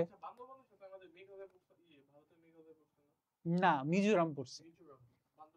হুম, মেঘালয় হচ্ছে উত্তরে। মিজোরামের সাথে কেন নাই, কে বলছে? খাগড়াছড়ি আছে তো, খাগড়াছড়ি আর রাঙামাটি আছে, বান্দরবানের সাথে নাই। মিজোরামের সাথে হচ্ছে খাগড়াছড়ি আর রাঙামাটি। বান্দরবন হচ্ছে মায়ানমারের সাথে। রাঙামাটি হচ্ছে কমন। ক্লাস তো করো নাই, ক্লাস করলে দেখতা রাঙামাটির বিলাইছড়িতে কি আছে, কমন দেওয়া আছে। হ্যাঁ, এই যে বান্দরবন একজন আনসার করছে, বান্দরবন। গুড। হ্যাঁ, না না, বান্দরবনের সাথে তো মিয়ানমারে। আগের বার এই যে প্রথম এভারেজ জয়ী নারীকে এভারেজ জয়ীদের একটা চার্ট দেওয়া আছে খুব সুন্দর করে, এটা দেওয়া আছে। তারপরে দেখেন যে কোন জেলার সাথে বাংলাদেশের কোন জেলার সাথে ভারত এবং মিয়ানমারের সীমানা রয়েছে। এটা আমরা একবারে এই মাত্রই কথা বলতেছিলাম এটা নিয়ে। দেখেন এটা কতগুলো পরীক্ষায় আসছে। তার মানে আমরা কথায় কথায় যে কথাগুলো নিয়ে আলোচনা করি এগুলো আসলে সাধারণ জ্ঞানের কোশ্চেন। সমুদ্র সীমা মীমাংসা হয় কোন আদালতে, আদালত নিয়ে আমরা কথা বলছি। 3 বিঘা আয়তন, 3 বিঘা একটা ডায়াগ্রামে এঁকে দেখাইলাম। ব্যাংক নিয়োগ পরীক্ষায় আসছে ইংলিশে এবং বিওপিতেও কিন্তু আসে ইংলিশে। ইংলিশ কোশ্চেনটা দেওয়া। তার মানে আপনারা এই চ্যাপ্টারটা দেখলে বুঝতে পারবেন, খন্দকার জিকে পড়লে বুঝতে পারবেন যে ইংলিশে কোশ্চেনটা কি টাইপের হতে পারে। তারপরে দেখেন বিশ্ববিদ্যালয়ে ভর্তি পরীক্ষার প্রশ্ন প্রথমে আসে ঢাকা ইউনিভার্সিটির প্রশ্ন। কোন বিভাগটির সাথে ভারতের সীমানা নাই? সুন্দর করে বলা আছে 8টার মধ্যে কোনটা সীমান্ত আছে কোনটা সীমান্ত নাই। তারপরে দেখেন আবহাওয়া মন্ত্রণালয়ের অধীনে আবহাওয়া অধিদপ্তর প্রতিরক্ষা মন্ত্রণালয়ের অধীনে। আমরা পড়ে আসছি স্পারসো। স্পারসো আবহাওয়া নিয়ে কাজ করে, কারণ দিনে প্রতিরক্ষা, আবহাওয়া অধিদপ্তর প্রতিরক্ষা। এই যে 19 ইস্ট রিজ, আমরা খুব সুন্দরভাবে বঙ্গোপসাগরের পরেই এই পার্টটা ছিল, সেটা পড়ে আসছি। তারপরে দেখেন জাহাঙ্গীরনগর ইউনিভার্সিটির কোশ্চেন দেওয়া আছে 1 নটিক্যাল মাইল সমান কত কিলোমিটার, আমরা এটা পড়ে আসছি। উষ্ণতম মাস পড়ে আসলাম। তারপরে মোট সামুদ্রিক অঞ্চল একটা সুন্দর বক্স করে দেওয়া। টারশিয়ারি যুগ, প্লাইস্টোসিন যুগ, এগুলো দেওয়া আছে। তারপরে দেখেন জগন্নাথ ইউনিভার্সিটির কোশ্চেন আয়তন অনুযায়ী ক্ষুদ্র জেলা, ক্ষুদ্র জেলা বৃহত্তম জেলা, এটা একটা সুন্দর চার্ট দেওয়া। চার্ট, ম্যাপ, ডায়াগ্রাম, এই জিনিসগুলো কিন্তু খন্দকার জিগের মানে মূল পাওয়ার। ঠিক আছে, কারণ হচ্ছে এই চার্ট, ম্যাপ, ডায়াগ্রাম, মানুষের ফেস, এগুলো আপনি যত দেখবেন তত আপনার জেনারেল নলেজ মনে থাকবে। জেনারেল নলেজ ভালো করার সবচেয়ে সহজ উপায় হচ্ছে একবার গিয়ে দেখা। আপনি যখন একবার গিয়ে অপরাজয় বাংলার ভাস্কর্যের সামনে গিয়ে দাঁড়াবেন, আপনি কখনো ভুলবেন না যে অপরাজয় বাংলা ঢাকা ইউনিভার্সিটি কলাভবনে অবস্থিত। ভুলবেন কখনো? যখন আপনার এটা দেখার ওয়ে নাই, আপনার তো 64 জেলা পুরো পৃথিবী ঘুরে এসে জেনারেল নলেজের কোশ্চেন আনসার করা সম্ভব না। তাহলে আপনার কি করতে হবে? ওই জিনিসটার ভিজুয়াল একটা জিনিস দেখতে হবে। তো খন্দকার জিকেতে বাংলাদেশের যে জেনারেল নলেজের বইগুলো আছে তার মধ্যে সবচেয়ে বেশি ছবি, ডায়াগ্রাম এবং চার্ট দেওয়া। আপনারা এটা পড়লে সবচেয়ে বেশি মনে রাখার সম্ভাবনা আপনার বেশি, খেয়াল রাখবেন। তারপরে এই যে রাজশাহী ইউনিভার্সিটির কোশ্চেন দেওয়া আছে। প্রথম ডিজিটাল জেলা আমরা নিয়ে কথা বলছি, Jessore. Swatch of no ground কোথায় অবস্থিত? চট্টগ্রাম ইউনিভার্সিটির কোশ্চেনগুলো দেখেন। বার্ষিক গড় বৃষ্টিপাত, এক্সক্লুসিভ ইকোনমিক জোন দেওয়া আছে, টপিক অফ ক্যান্সার, গুচ্ছ বিশ্ববিদ্যালয়ের পরীক্ষার প্রিভিয়াস কোশ্চেন, এই চ্যাপ্টারের কোশ্চেন দেওয়া কমন পড়ছে। Medical, dental, BSc diploma nursing এর কোশ্চেন এই চ্যাপ্টার থেকে কমন, খন্দকার জিকে থেকে কমন। ঠিক আছে, পড়বেন, ভালো কথা। এখানে একটা খুব সুন্দর ইনফরমেশন দেওয়া আছে, দেখেন সেটা কি? বাংলাদেশের প্রথম পানি জাদুঘর পটুয়াখালীর কলাপাড়ায় অবস্থিত। এই জাদুঘরের উদ্যোক্তাকে action aid Bangladesh. Action aid হচ্ছে এনজিও, ভালো ভালো কাজগুলো এনজিওরা করে। এখন আমাদের এটাই মানে নিতে হবে। ঠিক আছে, এনজিওর বাংলাদেশ এখন। বাংলাদেশের দেশের প্রথম স্মার্ট প্রিপেড মিটার কারখানা স্থাপিত হয় খুলনায়। স্মার্ট প্রিপেড মিটার মানে হচ্ছে যে কারেন্টের যে মিটারগুলো আর কি, এগুলা খেয়াল রাখবেন। আর খন্দকার জিগের একটা বিজ্ঞাপন দিতে হবে, বিজ্ঞাপন না দিলে চলবে কেমন পৃথিবী। ঠিক আছে, এই হচ্ছে আজকের আলোচনা। হ্যাঁ, এই হচ্ছে বাংলাদেশ পরিচিতি। ঠিক আছে, বাংলাদেশ পরিচিতি নিয়ে আমরা আলোচনা করলাম। এর উপরে আপনাদের সামনে এক্সাম আছে, এক্সামটা আশা করি খুব ভালো করে দিবেন। এই চ্যাপ্টার মোটামুটি খুবই গুরুত্বপূর্ণ। কেন গুরুত্বপূর্ণ? কেন গুরুত্বপূর্ণ? এটা হচ্ছে বাংলাদেশ পরিচিতি যদি আপনি না জানেন, আপনার জেনারেল নলেজের স্টার্টিং হচ্ছে অসম্পূর্ণ। স্টার্টিং অসম্পূর্ণ কেন বললাম? আপনার বাংলাদেশ সম্পর্কে আপনি জানেন না, আপনার বাংলাদেশ জেনারেল নলেজের তাহলে স্টার্টিং হলো কি? বাংলাদেশের নাম যে গণপ্রজাতন্ত্রী বাংলাদেশ, এটা যদি আপনি না জানেন তাহলে আপনার সাধারণ জ্ঞান পড়ে লাভ কি? জেনারেল নলেজ এমন একটা টপিক, এমন একটা কোশ্চেনের ভান্ডার, যেটা কি হবে আপনার সবগুলা কোশ্চেন কঠিন হবে না, সবগুলা কোশ্চেন সহজও হবে না। আপনি পরীক্ষার হলে যখন বসবেন 30% কোশ্চেন পাবেন একদম ইজি। কি ইজি? আমরা ক্লাসে একদম শুরুতে বলছি বাংলাদেশের রাজধানীর নাম ঢাকা, এটা বিসিএস এর কোশ্চেন। কেন বিসিএস এর কোশ্চেন আসছে? বিসিএস এ আসছে, পাখি সব করে রব রাতি পোহাইল, কারণে কুসুম কুলি সকলি ফুটিল। কার লেখা? মদন মোহন তর্কালঙ্কার। কোন বইয়ের? ক্লাস 2 এর। এখন এই কোশ্চেন কেন বিসিএস এ আসছে, এটা নিয়ে কি আপনি পিএসসি সামনে আন্দোলন করতে পারবেন? পারবেন না। তো যেহেতু পারবেন না, সেহেতু আপনার ক্লাস 1 থেকে এখনো পর্যন্ত যা পড়ছেন সবই মনে রাখতে হবে। ঢাকা ইউনিভার্সিটির পরীক্ষায় যখন আসছে সেম কোশ্চেন, পাখি সব করে রব রাতি পোহাইল, তো এটা আপনারা বলতে পারবেন যে এটা তো ইন্টারে আমরা পড়ে আসি নাই, এসএসসি তে পড়ে আসি নাই, এটা কেন বাংলার কোশ্চেনে আসছে? আন্দোলন করতে পারবেন? পারবেন না। কি করতে হবে? সব করতে হবে। 30% কোশ্চেন আসবে একদম ইজি। একদম ইজি বলতে আসবে বাংলাদেশের জাতীয় ফুল কি, তখন যাদের যাদের গোলাপ পছন্দ এরা গোলাপ আনসার করবেন, আনসার হবে রং। ঠিক আছে? তো এই 30% কোশ্চেনের মধ্যে 100% রাইট আনসার হইতে হবে। 30% কোশ্চেন আসবে, এই কোশ্চেনের আনসার কেউ পারবে না। এমন টাইপের কোশ্চেন আসবে, খুবই কঠিন টাইপের কোশ্চেন, এমন ক্রিটিক্যাল কোশ্চেন করবে যে কোশ্চেন আপনাকে, আমি যে এখানে দাঁড়ায় আছি আপনার ক্লাস নিচ্ছে, আমিও পারবো না। এই কোশ্চেনের আনসার করতে এখান থেকে 30% থেকে আপনি যদি 10% কোনো মতে আনসার করতে পারেন, আপনার সিরিয়াল কয়েক হাজার আগায় যাবে। আর মাঝখানের যে 30% জেনারেল নলেজের মেইন টপিক, যে এটা আপনার পারা উচিত না, আপনি পড়লে পারবেন, না পড়লে পারবেন না। এই পড়লে পারবেন, না পড়লে পারবেন না যে টপিক, এখানে আপনি যত ভালো খেলবেন আপনার মার্কস তো ভালো হবে। সহজ 30% আপনার 100% কারেক্ট করতে হবে, 30টা অ্যান্সার করতে হবে। কঠিন 30%-এর আপনি যে কয়টা ভালো আনসার করতে পারবেন, আপনার একটা আনসার করবেন আপনার 100 সিরিয়াল লাগাবে। মাঝখানের যে 30% যেটা সহজও না কঠিনও না, যেটা আপনার পড়ার উপরে ডিপেন্ড করবে, এই 30%-এর উপরে আপনার চান্স পাওয়া ডিপেন্ড করে। প্রথম সহজ 30% আপনি একটা কোশ্চেন ভুল করবেন, আপনার সিরিয়াল 500 পিছনে যাবে। কঠিন কোশ্চেন একটা আপনি আনসার করতে পারবেন, আপনার সিরিয়াল 100 আগাবে। মাঝখানের যে মডারেট কোশ্চেনগুলো, এখানে আপনি যত বেশি ভালো পড়বেন তত ভালো পারবেন। এটাই হচ্ছে জেনারেল নলেজের সাফল্যের মূল মন্ত্র আর কি, ছুমন্তর ছু। ঠিক আছে, সামনে আবার দেখা হবে ইনশাল্লাহ। এটার উপরে যে পরীক্ষা আছে, পরীক্ষাটা ভালো করে দিবেন। সর্বোচ্চ যে কি বলে নাম্বার পাবেন তার জন্য পুরস্কার আছে। কি পুরস্কার? যেটাই পুরস্কার থাকুক, পুরস্কারের ব্যবস্থা আমরা করবো ইনশাল্লাহ। আইফোনের ঘোষণা দিয়ে রাখছে, যদিও আইফোন বাংলাদেশে আসতে আসতে তখন আপনাদের চান্স হয় কিনা ঠিক নাই, ততদিন আপনারা থাকেন কিনা এটাও ঠিক নাই। সিরিয়াসলি দিবি? যাই হোক, শর্ত দেওয়া আছে, যদি আপনি কন্টিনিউয়াসলি ফার্স্ট হইতে পারেন আপনার জন্য পুরস্কারের ব্যবস্থা আছে, আমরা এই ব্যবস্থা করব। বলছি, মুখ দিয়ে বলছি মানুষ 30 কোটি মরে নাই, 30 লাখ মরছে, এটা হিসাবটা পরের ব্যাপার।